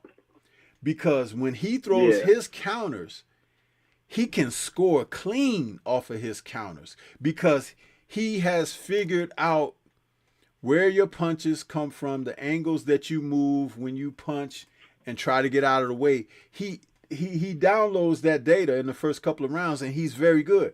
But what Barbosa did was just take the lead and get out of the way, and make sure that he has to come after you now, when he really wants you to come after him. And that's an adjustment that's made in the middle of a fight where even Catterall's people may not have picked up on it because they weren't telling him to do something different. They weren't telling him you gotta you gotta switch it up. See, against Prograis, he switched it up. But he switched it up against Prograis because he recognized that Prograis was even more limited than Barbosa. You know, he could take the lead against Prograis. Against Barbosa is a counterpuncher too. So if you take the lead against him, yeah, you're falling into his trick bag. But you have to understand that when you throw shots, you have to punch after he punches. It's not just like, let me lead with this jab and this straight, because he gonna counter, but you gotta counter his counter. You see what I'm saying? And he wasn't willing to do that late in the fight. And that's why he lost. I think the when you mentioned Prograis, right? I think Devin exposed him the most, so what his biggest flaw was, and if he hasn't really adjusted that, that's how I see how he lost his next fight. Yeah, absolutely. Salute to the brother Thomas in the chat. He says, in the first 2 rounds, Keyshawn was trying to time his right hand. He caught Berenchek solid on the forehead. That wobbled him a little too. Then he saw the body open and started attacking. When round 1 ended, you could see Keyshawn was smiling like, I got him. It's like, yeah, man. Yeah. Listen, people have criticized Bud Crawford because Bud is a throwback fighter that he doesn't go out to start beating you up when the opening bell. He goes out to start figuring out who he has in front of him.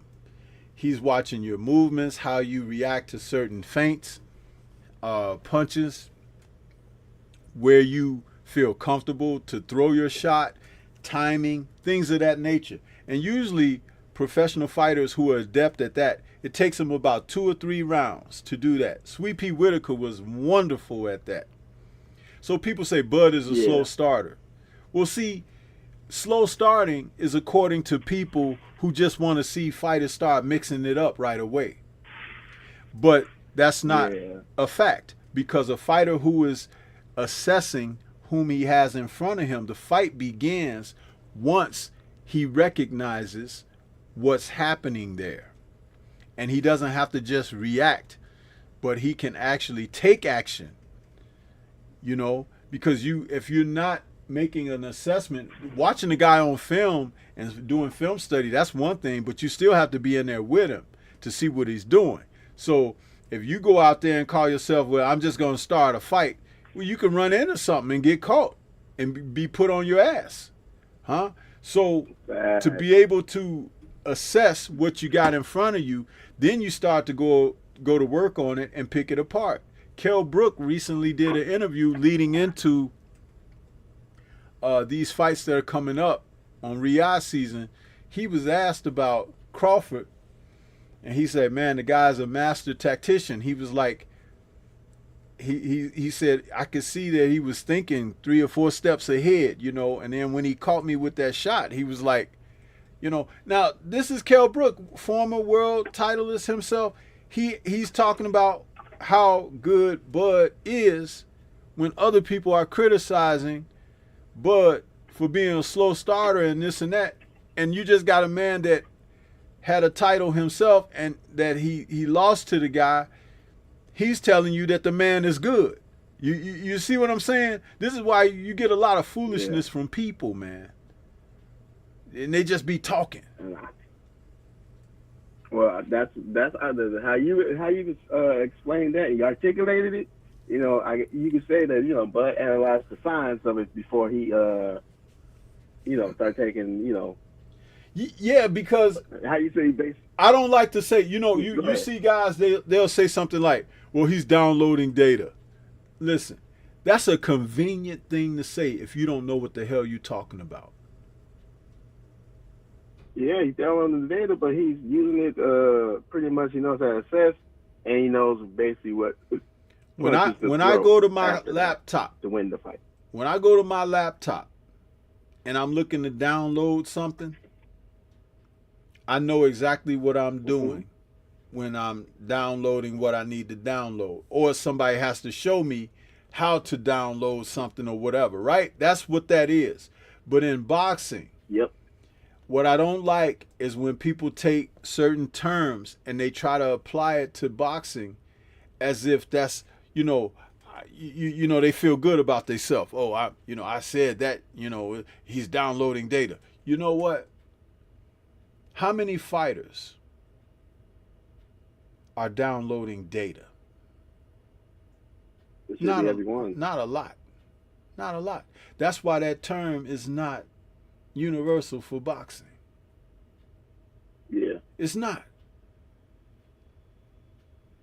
See, to be able to assess, if you got a guy who's a cat burglar, and a guy that's just accompanying him to rob an establishment, the cat burglar knows how to hide in the shadows, how to deactivate the alarm and cameras and stuff like that, right? Where the guy who just came along is ready to kick a door in or break a window to go inside. It's like, dude, chill. It never did a meal. You know what I'm saying? Chill. It's like you're going to get us both arrested, right?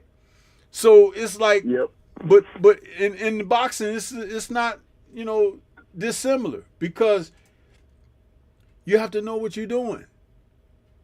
You have to know.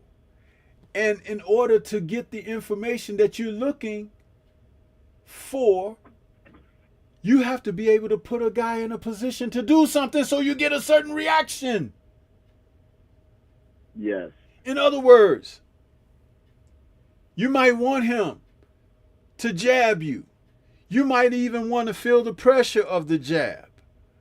Because once, as an experienced fighter, when you feel the jab, you can make an assessment about your distance between him and where that jab is most effective.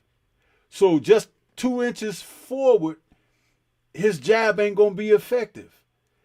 2 inches back, his jab might not reach, but if he doubles or triples up on it, it can be a problem. So you see what I'm saying? It's like an experienced fighter knows these things. If you throw a hook and he catches it either on the glove or on his forearm, or even sticks his elbow up and make you hit that arm, what will happen is he knows that he can put you in a position to hurt yourself when you throw certain punches. This is ring IQ. But again, for someone to say, oh, he's downloading data, it sounds really stupid when you don't know what the hell you're talking about.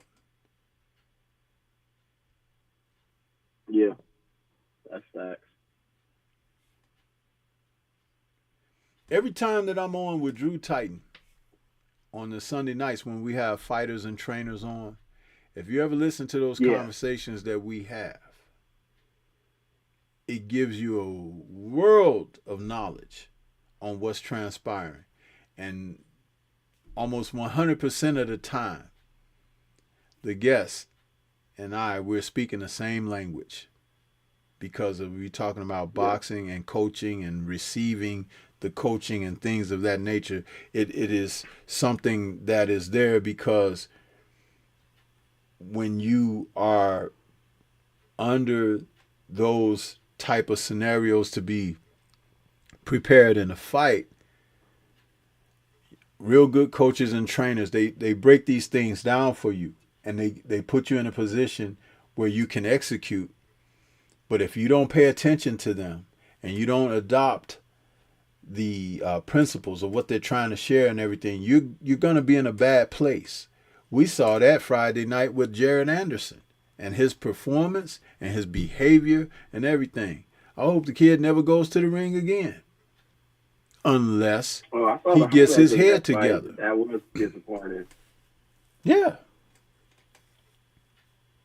Yeah, it's just bad, you know? It did look like he low-key, he ran out of gas after the second round that my best analogy to. He just wasn't mentally ready to be there on that night, man. And I don't know if he's going to be mentally ready to be there going forward, because he's already shown us several things, even before the Bacoli loss, the issues and run-ins with the Popo. Yeah. How he reacted in that fight when Prince Charles Martin was giving him some, lessons. He hasn't responded well to any of that stuff. I can't believe how many people thought that this was going to be the heavyweight of the future for the U.S. I'm like, man, if that's what you guys are putting your hopes on, we're sinking like the Titanic. Yeah, that's true. That is true. I'm like, hate to be how you say, hate to be the bearer of bad news, but no, he ain't the one. He ain't the one. It's sure it's not the one. Dude, I think that pretty much you, Drew, and even BF, how you guys was mentioning in LDCC, pretty much the heavyweight that's gonna probably be the future is Danny Dubois. Yeah, Dubois is a man that is being overlooked even as we speak.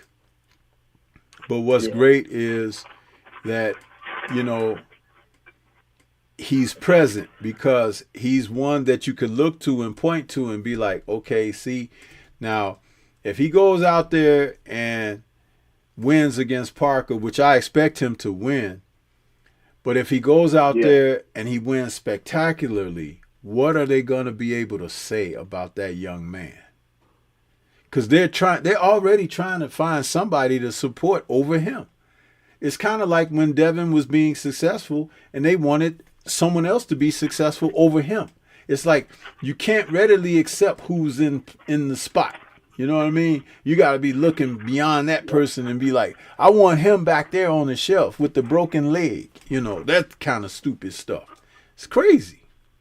Yeah, don't make no dang sense at all. And, for me, I always want the boxers to fight the best of the best in the contemporaries. As long as they're doing that, I have no complaints. Mm-hmm. And, that's why I have seen that from Dubois.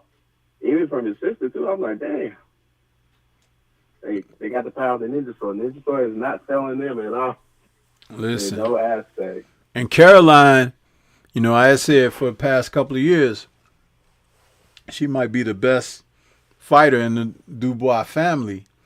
She still might be, but Daniel has, really come on and like gangbusters and help close that gap. But Caroline is a one really tremendous fighter. She's kind of like what Clarissa was when Clarissa first became pro, And she punches a little harder, and she got more of that I got something to prove mentality.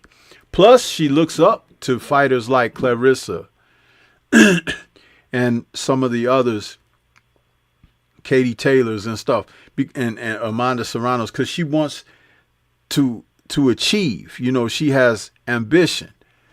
And you can't hate on a person for wanting that. You have to support that. You have to, cultivate that. That's where it should be for fighters. But I love the fact that she's out here trying to do what she's trying to do in the women's sport of boxing. Hey, good stuff with Caroline. Yeah. Yeah, I agree. I agree 100% on that. Oh yeah, there was one unknown boxer that you introduced, and man, when I see his last fight, you basically call him as MJ, bro. That brother, man. That did interchange my mind on from Serrano versus Taylor too. That was actually my favorite fight of the year right there. Yeah. I was like, man. If you didn't mention it, I would really be looking at undercards, but you made me actually look at more of the undercards, and they standing on business, putting in the work. far Yeah. more than the well-known ones. I was highly more surprised than anything. Yeah. I love when the boxer is hungry. Yeah, and that guy MJ, he's Inoue don't want no parts of him.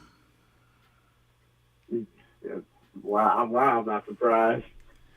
Of course, because he can do what Inoue does. He can get people up out of there too. You know what I'm saying? And if the thing is like both of them, and MJ got Olympic experience too. So it's like it's not like he is a nobody. And listen, just keep your eye on that kid. He's good. Oh, I am. Keep an eye on him. He's good. I agree. Mm-hmm. I agree. Before I wind this down, anything else you want to talk about real quick before we get ready to shut things down for this Sunday? Well, I did hear that they're talking about for Keyshawn'S next fight for him that he's gonna be able to fight Shakur. What do you think the possibility of that one? Well, Shakur got to get past Schofield first. I think the Schofield fight might be it could go one or two ways. Either Shakur going to really outclass him easily, or it's going to be a tough fight for him. And there have been a few fights that have been tough fights for Shakur. Not tough as far as him being able to win, but like he didn't look as good as he think he is. Shakur really thinks he's a top-notch boxer in the sport of boxing more than anybody. Well, when someone don't want to let you do and be who you think you are, then you have to make adjustments to that. And I'm not saying that like I want to see Shakur lose or anything. I want to just continue to see competitive matches, man, at the end of the day. And Schofield and his people think that he can take Shakur. Okay, cool. Show me, But I really am not going to be nice on Schofield if he goes out there and he really lays an egg and is not like looking like anything. I'm going to be like, you talk that talk and now you got to hear us talk. Yeah, that's it. So if you don't want to hear that, go out there and have at it. Just get busy, Yeah, I agree with that, 100%. I agree with that 100%. Yeah. The only thing it make me do is laugh. Yeah, man. It's like you got to tell these people. Like I said earlier in the show, it's like, celebrating people and bigging them up and all that. That's one thing. But if they ain't doing their part, you got to say something about that too. Yes. You got to say something about that too. I agree. But I'm gonna get ready, man, because that's my time, and I gotta eat me something. It's time to eat. Nothing wrong with that. Nothing wrong with that. You gonna be eating lunch or breakfast? Lunch. I didn't have a big breakfast. I just had some eggs. So I'm ready for lunch now. Hey, nothing wrong with that at all. Nothing wrong with that at all. Like I say, phenomenal stream, Sensei, and I appreciate with the chat and everything else, and the knowledge that you've been giving me and everything else. And I want to keep it continually growing and enjoying the sport of boxing. Yeah. That's what's good, man. Like I said, you keep on supporting, keep on, calling. You call in on Sundays. You got something you want to, hey, Sensei, can we talk about this or whatever? Yeah. That's what the show is for. You know, I try to tell people you call in, and that drives the conversation forward on the sport of boxing and being here, because that's what that's for. You know, some people are not smart enough to take advantage of that, man, but you should while you can, because tomorrow's not promised to anyone. It's not. That's true. You know, That is true. so this is your first call in too, isn't it? No, Second. Okay, yeah, I know it was. Yeah, the but first time was when Devin Haney was fighting Regis Prograis. Oh yeah, And, that's right. I remember asking you, why didn't Regis still try when he fought in the first round? I thought he'll at least do it a little bit more. Mm-hmm. But he only did in that first round. That was it. And after that round, it was just, bro was a bit of human pinata because he kept on trying to shoot that left hook. Yeah. And I don't know what Devin did. He intimidated him so much that he wasn't swinging nothing. I was like, damn. This fight. Well, I think that he found out that Devin was a lot stronger than he thought, had better ring IQ than he thought, because, you know, he's looking at his age. You know, he's looking like, oh, this young kid or whatever. But Devin's a good fighter, man. You know, is he the best in the world? You know, his career's not over yet. We'll find out where to place him. But I don't know why these people have been so dismissive of the young man, because all he has wanted to do is try to be the best he can and have the matches that he thinks that people would love to see, you know. And there's not a lot of guys out there who's trying to give that. It's like guys are just trying to steal a bag and, you know, run over into a corner and start trying to count the bucks. You know, it's like, it's unfortunate, but it's true. That's the way it is. You know what I mean? So, salute to my brother Tay Jones out there. He's out there in the Pac-Man Tay. He says, great show. Keep it going. Thank you, Tay. Thank you, bro. Yeah. Salute, Tay Jones. So, yeah. Been a minute. But yeah, we're going to get ready to get on up out of here, man. I appreciate your call, EJ, man. Don't be a stranger. Make sure you call again. Oh, I most definitely will. Yeah. Take it easy, bro. You too, bro. All right. Later. All right. I know. Yeah, that's a great call there. Great call.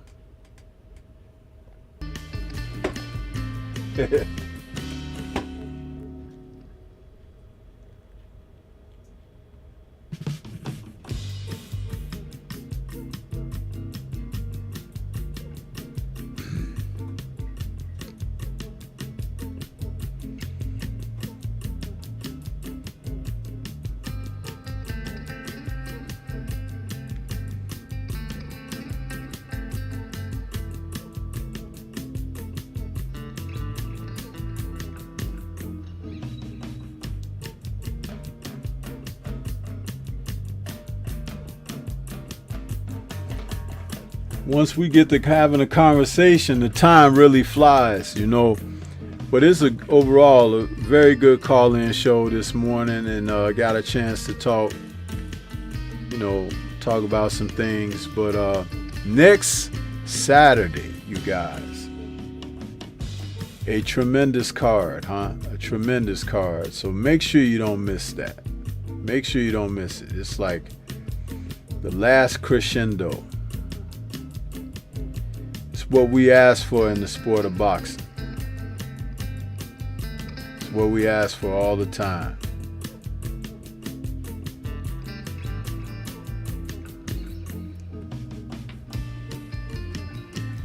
Let me see here. About to get out of here, but we gotta go to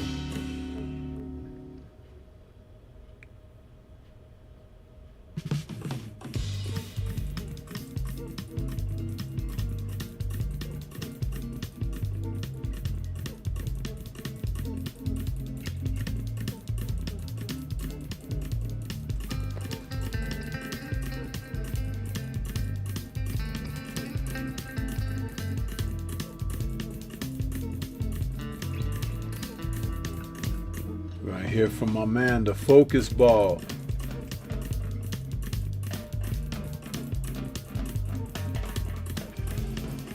Get ready to take your striking game to the next level with the focus ball.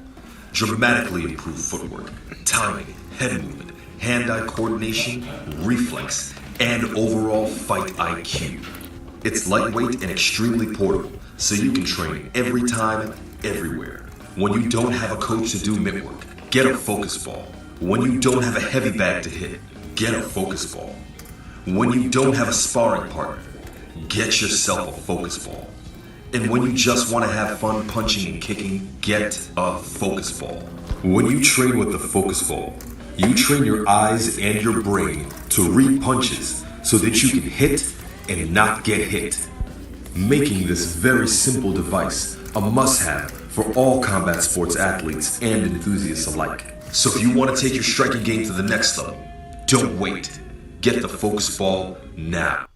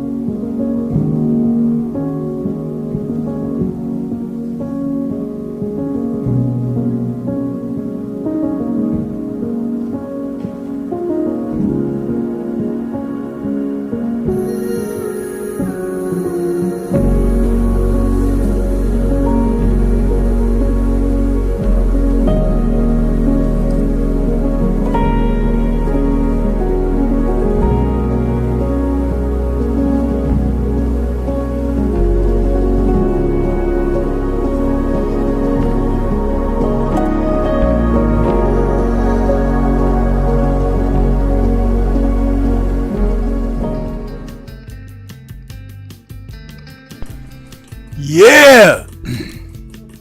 Get you some of that Stormybman merchandise, man, while you can. And also, don't forget to sign up for my Patreon. because we've got some live streams and videos that will be coming very soon over to Patreon and Patreon only. It won't be on YouTube, though I will post notifications on my post page for YouTube to make those aware. But you won't be able to watch it unless you're a member of the Patreon. So go ahead and take a membership opportunity and become a Storm Tracker at Patreon. That's / StormyBman. Go over there and do your part, because you know I'm gonna do mine, huh? Yeah. So we're coming to an end of another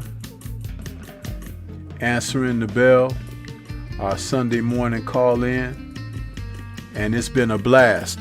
I hope that you all are as excited as I am for next week's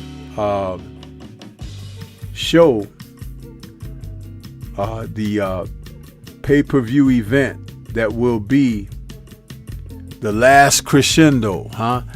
Artur Beterbiev and Dmitry Bivol heading up a rematch on a card that is being touted as one of the greatest cards.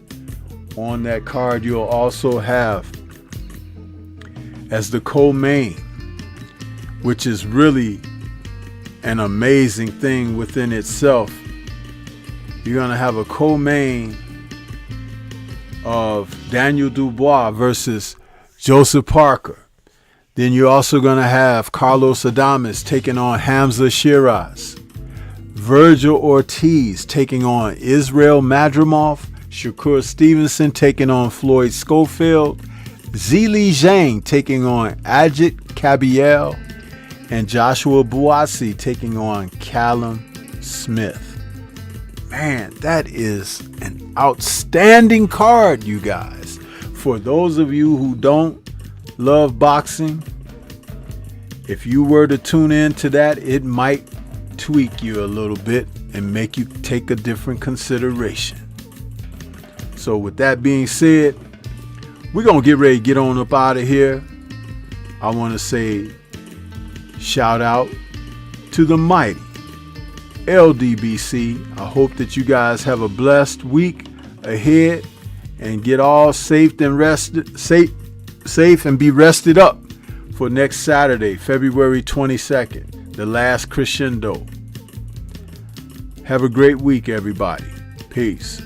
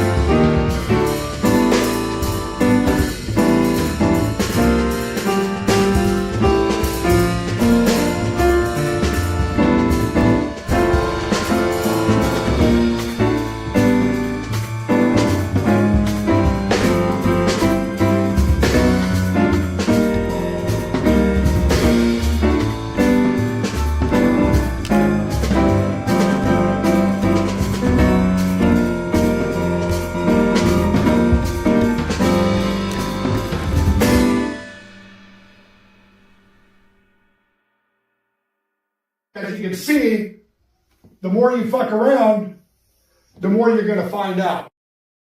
And also, if you stay down here and you never fuck around, you'll never find out.